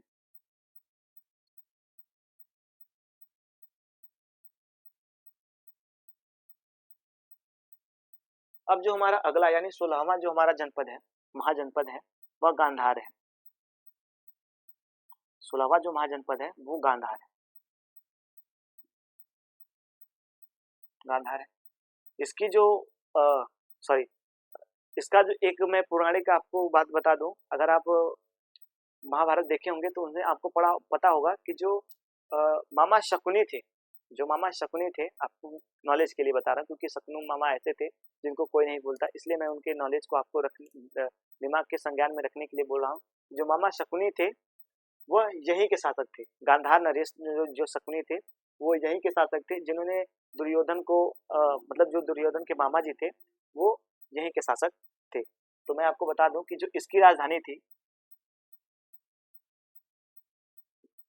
जो इसकी राजधानी थी वह तक्षशिला थी। तक्षशिला यानी प्राचीन काल का सबसे वह विश्वविद्यालय कहा जा सकता है, जहाँ पे पूरे विश्व से लोग पढ़ने के लिए आते थे, पूरे विदेशों से लोग पढ़ने के लिए आते थे और वहाँ पे एडमिशन लेने के लिए, जैसे कि आज हम देखते हैं कि हमको एक पहले पेपर देना होता है उसके बाद हमारा एडमिशन होता है, उसी प्रकार से वहाँ पे वो होता था कि वहाँ पे जो स्टूडेंट होते थे वो आते थे विदेश भर से, तो वहाँ पे जो सारे टीचर अध्यापक हुआ करते थे वो गेट पर ही उनको रोक लिया करते थे, उनसे क्वेश्चन पूछा किया करते थे। अगर वो उनमें से जो क्वेश्चन के आंसर सही सही दे दिया करता था यानी उनको संतुष्ट कर देता था उनके आंसर से, तो उसको ही जो ये तक्षशिला थी उसमें एडमिशन मिलता था, वरना वहीं से उनको वापस कर दिया जाता था, चाहे वो कितने भी दूर से आए हों, चाहे वो किसी भी राजे रजवाड़े के क्यों ना पुत्र हों, लेकिन उनको उसी उसी इंसान को वहाँ पे योग्यता के आधार पे उसी को ही एडमिशन मिलता था, यानी उसी को उसमें लिया जाता था जिसके पास योग्यता होती थी। तो इसी प्रकार से आप जानेंगे कि जो चाणक्य थे वो यहाँ के अध्यापक थे, तक्षशिला के ही अध्यापक थे। नालंदा तक्षशिला आपको देखने को मिलेगी। ऐसी काफ़ी चीज़ें हैं, बल्लभ श्री, ऐसा आपको कुछ विद्यालय हैं, 4-5 विद्यालय प्राचीन में जो आपको देखने को मिलेंगे कि जो विश्व लेवल पे आप भारत के लेवल पे नहीं बात कर रहा हूँ, मैं विश्व के लेवल पे बात कर रहा हूँ। विश्व के लेवल पे उस तरीका का आज तक कोई भी विश्वविद्यालय नहीं बना। ठीक है, तो मैं तक्षशिला इसका जो राजधानी था, गांधार का राजधानी था वह तक्षशिला था। और यह राज्य आधुनिक पेशावर, मैंने जैसा कि बताया, अगर आप देखेंगे पाकिस्तान का और भारत का जो बॉर्डर है वो पेशावर के आसपास का ही मिलता है। आपको पेशावर में मिलेंगे जो अशोक के अभिलेख हैं वो भी आपको पेशावर में मिलेंगे। शहबाजगढ़ी और एक मानसेहरा और शहबाजगढ़ी जो है वो पाकिस्तान में है। इन दोनों का अशोक का जो अभिलेख है, ये 2 अभिलेख पाकिस्तान में आपको देखने को मिलेगा। ठीक है, तो हालांकि 1957 से पहले भारत पाकिस्तान एक ही हुआ करता था, आपको भी पता है। तो ये है यह आधुनिक पेशावर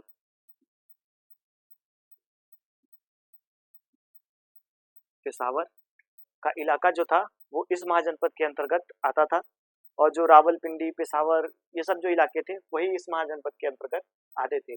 तक्षशिला एक ज्ञान की सबसे प्रसिद्ध, जैसा कि मैंने आपको बताया, जो तक्षशिला थी ये प्राचीन काल का विद्यापीठ का ये सबसे गढ़ माना जाता था प्राचीन काल में।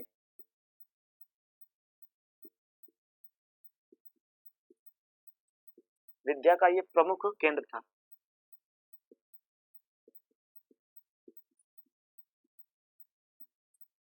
प्रमुख केंद्र था।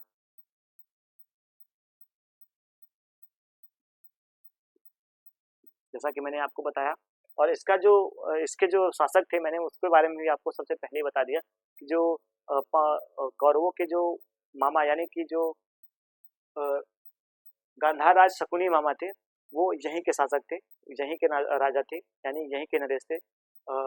गांधार नरेश जो थे शकुनी वो यहीं के राजा। तो ये थे हमारे 16 महाजनपद जिसके बारे में मैंने आपको बताया। छोटा बड़ा जो भी इनका मुझे लगा कि आपकी परीक्षा के दृष्टिकोण से बहुत ज़्यादा इम्पोर्टेंट है, उनके बारे में मैंने आपको बताया। और ये कुछ इस प्रकार से थे। अब 16 महाजनपदों की तो बात हो गई, अब बात करेंगे गढ़ राज्यों की। अगर हम गढ़ राज्यों की बात करते हैं तो सबसे पहले मैं आपको बता दूं कि गढ़ राज्य में और 16 महाजनपद में अंतर क्या है। सबसे पहले तो आप इस बात को जान लीजिए कि जो 16 महाजनपद हैं उनमें और गढ़ राज्य में अंतर क्या है, जिसके कारण हम अलग अलग पढ़ रहे हैं। हालांकि कई ऐसे राज्य भी हैं जिनकी सीमाएं इसी महान जनपदों के अंतर्गत आपको देखने को मिलेगी। तो इस प्रकार से अगर हम देखते हैं तो जो 16 महाजनपद हैं और 10 जो गणराज्य हैं, पहली बात तो हम सबसे पहले देख लेते हैं कि जो गणराज्य होते हैं उनमें और जो महाजनपद है उनमें क्या अंतर है। जो महाजनपद है इसकी अगर हम इतिहास को उठा के देखेंगे, जो इसमें हमको प्रमाण मिलते हैं वो इस प्रकार से मिलते हैं कि ये वंशनुगत है, यानी कि इसमें वंशजों का शासन रहा है। आप देखेंगे कि हर्यक वंश मिलेगा, उसके बाद आपको नंद वंश मिलेगा, उसके बाद मौर्य वंश मिलेगा, उसके बाद आपको शुंग वंश मिलेगा, कुषाण वंश, पहलव, ऐसे जितने भी वंशज हैं वो आपको सब एक के बाद हमें देखने को मिलता है। लेकिन गढ़ राज्य में ऐसा कुछ हमें देखने को नहीं मिलता, क्योंकि यहाँ पे जो सत्ता होती थी वो राजा के हाथों में ना होकर, जैसा कि आज भारत में होता है कि चुनाव होता है, उसके बाद जो प्रधानमंत्री है वो प्रधानमंत्री के पद पे उसको प्रधानमंत्री का उम्मीदवार माना जाता है और खड़े होते हैं 4 लोग 5 लोग, उसके बाद उसमें से एक उम्मीदवार को सब लोग वोट देते हैं, जिसको सब पसंद करते हैं वही भारत का प्रधानमंत्री बनता है। या जैसे मुख्यमंत्री हम लोग बनाना चाहें, या हम लोग एक ग्रामीण इलाके के अगर चुनाव को ले कि अगर हमें 4 गांव के प्रधान खड़े हैं तो हम जिसको देखते हैं कि सबसे अच्छा है या जो पढ़ा लिखा है हमारे गांव का विकास करेगा उसी को अपना सरपंच चुनते हैं। तो उसी प्रकार से प्राचीन काल में भी होता था। आपको बता दें कि गणराज्यों की सबसे बड़ी बात बता दें कि विश्व लेवल में बता रहे हैं, ऐसा नहीं कि भारत में, ये विश्व का ही बात बता रहे हैं कि पूरे विश्व में जो गणराज्य है ये सबसे पहला ऐसा गणराज्य है कि जहाँ पर कि गणतंत्रात्मक शासन व्यवस्था आपको देखने को मिलेगी। यानी गणतंत्रात्मक शासन व्यवस्था आपको अगर देखने को मिलेगी तो वह गण राज्य ही है जो भारत में है, उसमें मिलेगी। अन्यथा विश्व के किसी भी जगह पे आपको गण राज्य की सबसे पहले उदाहरण देखने को नहीं मिलेगा। जहाँ पे जो व्यापारी आए उन्होंने यहाँ पे देखा, बताया कि वहाँ पे तो ऐसा होता है, यहाँ पे ऐसा होता है, इस प्रकार से होता है, यहाँ पे शासन ऐसा होता है। उस आधार पे भले ही बाद में विदेशों में चेंजेस आए हों, लेकिन सबसे पहला अगर आपको कहीं उदाहरण मिलता है, प्राचीन इतिहास की बात मैं कर रहा हूँ, तो वो भारत है जहाँ का गणराज्य सबसे पहले गणतंत्र माना जाता है। और उसके बाद आपको, जैसा कि मैंने आपको बता दिया कि 16 महाजनपद और गण राज्य में क्या अंतर है, तो मैंने आपको समझाया कि जो 16 महाजनपद है उनकी जो विशेषता है वो अलग है। 16 महाजनपद में वंश का ही शासन रहा, एक वंश गया, दूसरा वंश आया, दूसरा वंश गया, तीसरा वंश आया। लेकिन जो गण राज्य है उनमें राजा को जनता द्वारा प्रतिनिधि जो चुना जाता था, जो जनता जिसको चुनती थी वही राज्य करता था।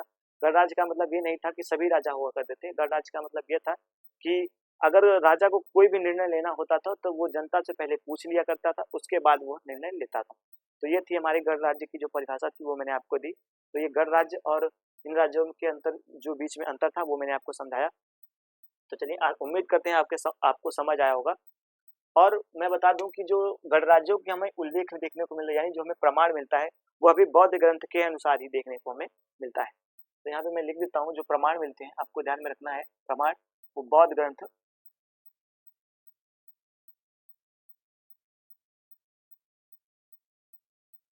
में ही देखने को मिलता है। अब हम बात करते हैं कि जो 10 गणराज्य हैं, पहले मैं इनके ऐसे आपको नाम लिख के बता देता हूँ ताकि मैं उसके बारे में ज़्यादा वो डीपली जाने की जरूरत नहीं है। उन लोगों मतलब जो गणराज्य है ऐसा नहीं कि इम्पोर्टेंट नहीं है, इम्पोर्टेंट है, पर जो इम्पोर्टेंट तथ्य हैं वो मैं आपको बता दूंगा। हालांकि जो गणराज्य है इनमें से कुछ ही ऐसे गणराज्य हैं जिनकी राजधानियां हैं, जिनका कुछ जो इलाका है वो हमें देखने को मिलता है। अन्यथा कई ऐसे हैं जिनकी ज़्यादा मान्यता नहीं दी जाती। बस थोड़ा बहुत आपको जानने की ज़रूरत है, आपकी परीक्षा के दृष्टिकोण से जो ज़रूरत है मैं उसको समझते हुए आपको बताने का प्रयास करूंगा। तो ठीक है, तो मैं आपको, ऐसा नहीं है कि आप ऐसा बिल्कुल ना सोचिएगा कि मुझे नहीं पता है। हालांकि ये क्लास थोड़ी लंबी हो रही है, इसीलिए मैं सोच रहा हूँ कि जितना हो सके आपको समराइज में बताने का प्रयास करूंगा। तो ठीक है, तो चलिए 16 महाजनपद के बारे में बताते हैं। जो पहला है वो कपिल वस्तु का शाक्य, कपिल वस्तु का शाक्य। आपको ध्यान में रखना होगा कि जो महावीर स्वामी हैं वो कपिल वस्तु के ही थे, इस बात को आप नोट करते हुए चलिएगा। दूसरा, कपिल वस्तु के साथ शाक्य केश पुत्र के कलाम, केश पुत्र के कलाम। जो गौतम बुद्ध के गुरु थे आरा कलाम।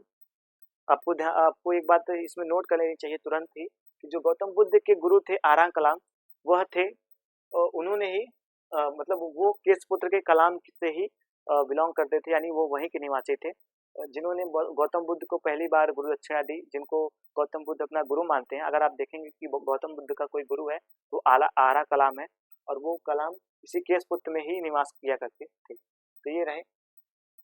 अब बात करते हैं तीसरा, पावा केमल सॉरी केशपुत्र के कलाम, अलकप के बुली,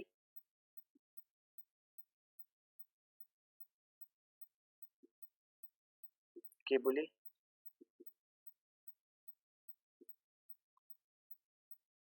सुमसुमार गिरी के भग,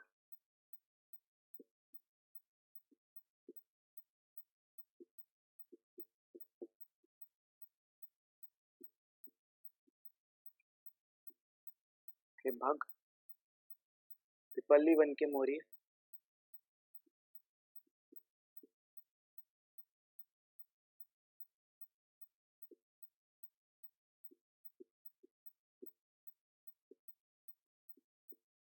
पिपली वन के मोरिया, राम ग्राम के कोलिया।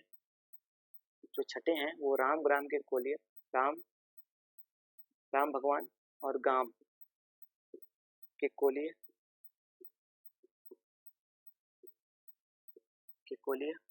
सातवां है राम गांव के कोली, पावा के मल, जो कि मैंने आपको बताया पहले ही, पावा के मल।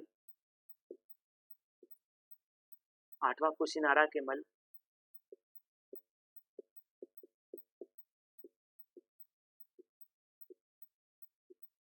कुशीनारा के मल।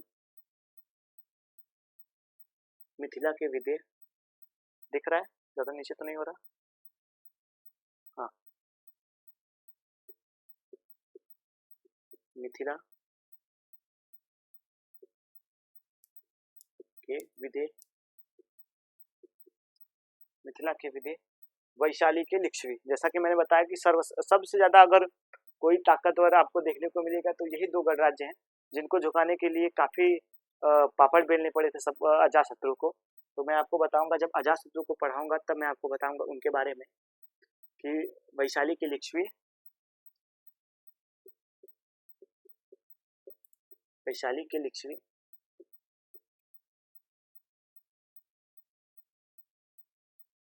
वैशाली के लिच्छवी। ये रहे आपके टोटल 10 गणराज्य। एक मिथिला के नाग ऐसे करके, वैशाली के नाग ऐसे करके एक 11वां जो है वो आपको मिलता है, पर उसमें मैंने जब पढ़ा तो उसमें कुछ ज्यादा इंपॉर्टेंस हमको देखने को नहीं मिली।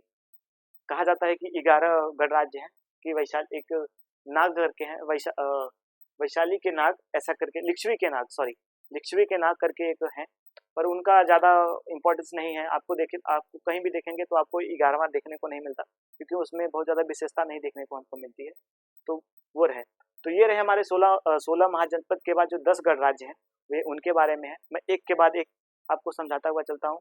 जो इनके बारे में महत्वपूर्ण तथ्य है वह मैं आपको बताता हुआ चलूंगा, ठीक है। तो यह जो गणराज्य है, सबसे पहले कपिलवस्तु के शाक्य के बारे में मैं आपको बता देता हूँ कि यह गणराज्य आधुनिक नेपाल की तराई में आधुनिक नेपाल की तराई में स्थित था। यानी मैं लिख देता हूँ यहाँ पे आधुनिक, ऐसे, हाँ ठीक है, आधुनिक नेपाल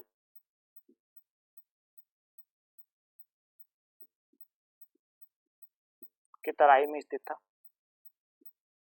हाँ, समझ सकते हैं, तराई का मतलब समझते हैं कि भारत और नेपाल का जो बॉर्डर है वहाँ पे पहाड़ियों का जो तरहट है, यानी कि अगर दो पहाड़ियाँ आपस में ऐसे जब मिलती हैं, आप देखें जब ऐसे मिलती हैं तो जो बीच का जगह बचता है, इसी के बीच में शाक्यों का जो था वो राज्य स्थित था। तो जो कह सकते हैं कि आधुनिक तराई सॉरी आधुनिक नेपाल की तराई में स्थित था यह गणराज्य, और ये नेपाल में स्थित था, जिसे तिलौरा कोट से की जाती है, जिसकी तुलना आज के अगर आप देखेंगे कि नेपाल में एक तिलौरा कोट नामक स्थान है। मैं यहाँ पे लिख देता हूँ, नेपाल की तराई में थी, जहाँ पे मैं यहाँ पे लिख देता हूँ तिलौरा कोट कोट। यह एक स्थान है जो नेपाल में स्थित है। इस कपिल वस्तु के शाक्य जो थे, जो तिलौरा कोट में पाए जाते थे और जो नेपाल में स्थित था। तो ये हुआ इनके बारे में, जो इनका मतलब मूल स्थान था, वो आधुनिक स्थान से मैंने जोड़ के आपको बताने का प्रयास किया है। और और कुछ विद्वान इसी को सिद्धार्थ नगर के नाम से भी जानते हैं, यानी कि जो यह नगर था, ऐसा कहा जाता है कि जो सिद्धार्थ थे वो यहीं पे पैदा हुए थे, इसलिए इसको सिद्धार्थ नगर कहना। जो हमारे सिद्धार्थ हैं, आप जानते होंगे महात्मा बुद्ध जो सिद्धार्थ के नाम से फेमस हुए हैं, वो यहीं यहीं पे वो उनका जन्म हुआ था। तो यहाँ पे मैं लिख देता हूँ कि सिद्धार्थ नगर जो फेमस है, मैं यहाँ पे लिख देता हूँ सिद्धार्थ नगर।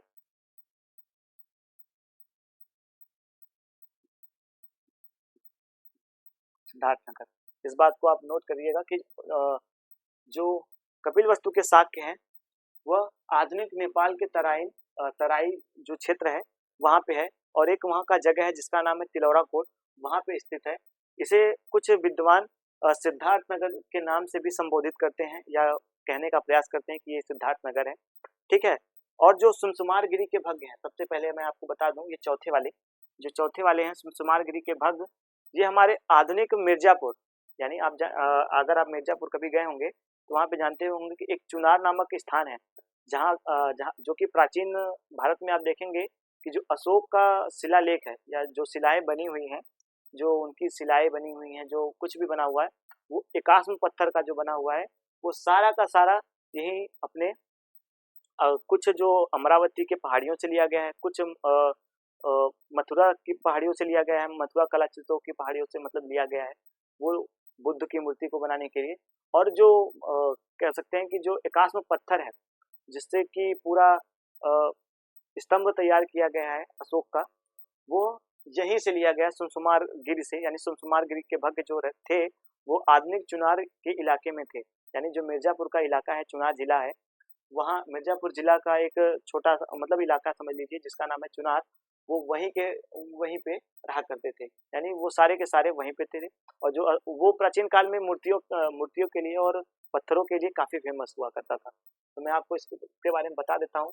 और जो अलकप केशपुत्र के कलाम थे, इनको मैंने आपको एक नॉलेज बताते हुए ही बता दिया था कि जो केशपुत्र के कलाम थे, ये महात्मा बुद्ध ने जब अपने गृह को त्यागा था, उसके बाद जो सबसे पहले जिस गुरु से जाके मिले थे, यानी जिससे पूछा था कि हमको क्या करना चाहिए, किस जगह पे जाके हमको तपस्या करनी चाहिए, क्या करना चाहिए, तो उन्होंने इनको जो सलाह दिया था उसके आधार पे ये कहते हैं कि ये हमारे गुरु हैं।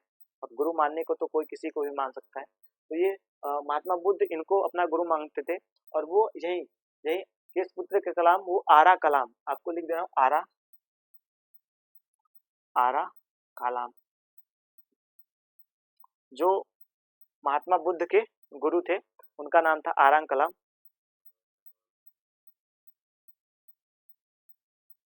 और जो अलकप्प के बुली है, जो अलकप्प के बुली है, ये बिहार के शाहाबाद आरा, जो आरा है, आधुनिक आरा गया का जो इलाका है, आपको मिलेगा कि आपने अगर बिहार का नाम सुना होगा तो उसमें एक आरा नामक जिला का नाम जरूर सुना होगा। ये वहीं के निवासी थे, यानी अलकप्प के जो बुली थे वो आरा, यानी बिहार के अंदर जो आधुनिक आधुनिक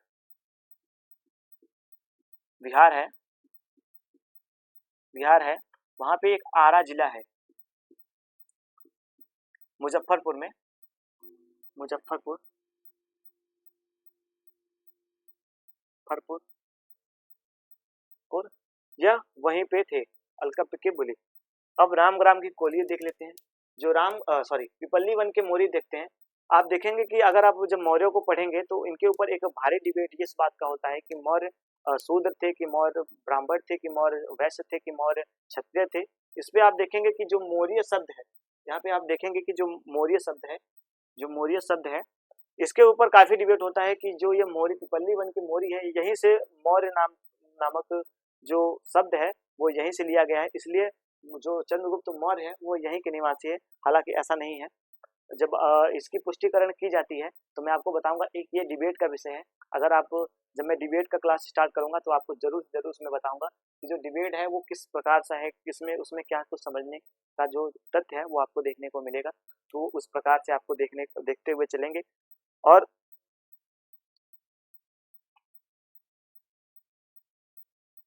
जो मैंने अब जो कोलिये थे रामग्राम के कोली है, जो रामग्राम के कोली थे, इनके बारे में अगर मैं बताऊं तो कुशीनारा के जो रामग्राम के कोली थे, यह एक गणराज्य थी जो कोली संप्रदाय से बिलोंग करते थे, जो इनको कोली कहा जाता था। यानी कई लोग यहाँ पे काले पाए जाते थे, बहुत वीर साहसी। यानी आप जानते होंगे कि जो आप देखते होंगे कि जो आदिवासी होते हैं वो थोड़े से काले होते हैं, पर वो मेहनत करने में ज़्यादा सक्षम होते हैं। तो जो रामग्राम के कोली थे वो थोड़े से काले, और ये आपको मिले एक रामग्राम नामक ताल आपको देखने को मिलेगा, जो कि बिहार सॉरी जो गोरखपुर में आपको मिलेगा, सॉरी माफ कीजिएगा। ये जो रामग्राम की कोली है यह गोरखपुर में स्थित है। गोरखपुर में एक ताल है जिसका नाम है रामगढ़। रामगढ़ का ताल में ही ये आधुनिक, मैं यहाँ पे लिख देता हूँ, रामगढ़ गढ़ गोरखपुर, जहाँ के योगी आदित्यनाथ हमारे जो सीएम हैं वो यहीं के गोरखपुर। तो ये वहीं पे आपका पड़ता है। और जो पावा के मल्ल, इसको तो मैंने सबसे पहले ही आपको बताया था कि जो पावा के मल्ल हैं और कुशीनारा के मल्ल हैं, जो दो संघ हुआ करते थे। अब ये जो चारों के चारों आपको दिख रहे हैं वो एक ही संघ में आपको देखने को मिलेंगे, कि जो मिथिला के विदे हैं, वैशाली के लक्ष्मी हैं, पावा के मल्ल हैं, कुशीनारा के मल्ल हैं।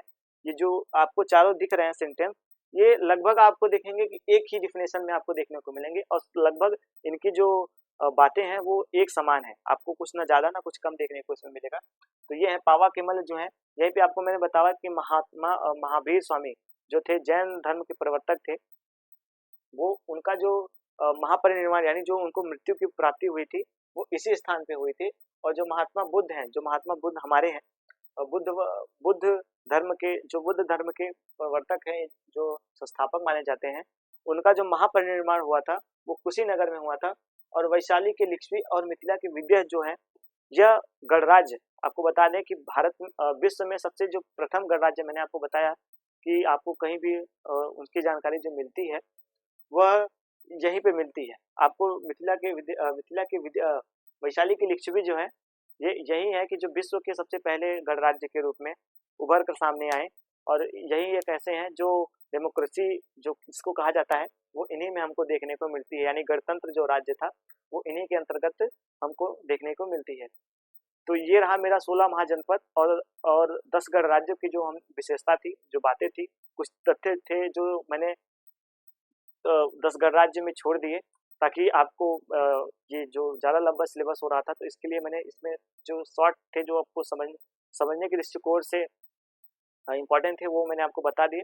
अगर आपका कमेंट आएगा तो मैं इसके बारे में एकदम अलग से एक वीडियो बनाऊंगा, क्योंकि अगर एक वीडियो बनाऊंगा तो आधे घंटे से 40 मिनट का वीडियो ये अकेला होगा, क्योंकि इसमें कुछ चीज़ें ऐसी हैं जो आपको जानने की ज़रूरत है। इसलिए मैंने आपको सारी चीज़ें बता दी। और आपको पर डे एक जो लेक्चर की क्लास है मेरी आपको मिलती रहेगी।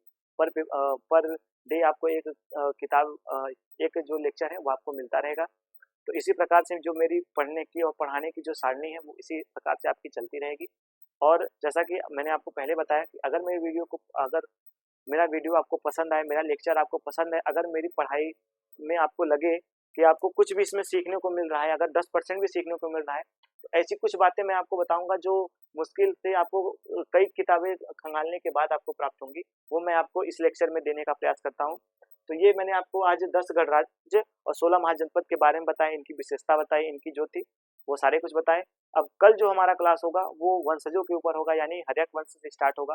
हर्यक वंश हम लोग पढ़ेंगे, नंद वंश पढ़ेंगे, शुंग वंश पढ़ेंगे, मौर्य वंश पढ़ेंगे। मौर्य वंश काफी लंबा चलेगा, आपको पहले बता दूं कि 1 या 2 दिन लगेंगे, क्योंकि उसमें जो चंद्रगुप्त मौर्य और जो शुंग चंद्रगुप्त मौर्य हैं उनका एक अलग चैप्टर चलेगा, और उनके जो पौत्र हैं यानी अशोक हैं, बिंदुसार के जो पुत्र हैं, उनका जो चैप्टर चलेगा वो काफ़ी लंबा है। आपको भी पता है कि उसमें जो हमको मिलती है देखने को वो काफ़ी ज़्यादा लंबा मिलता है।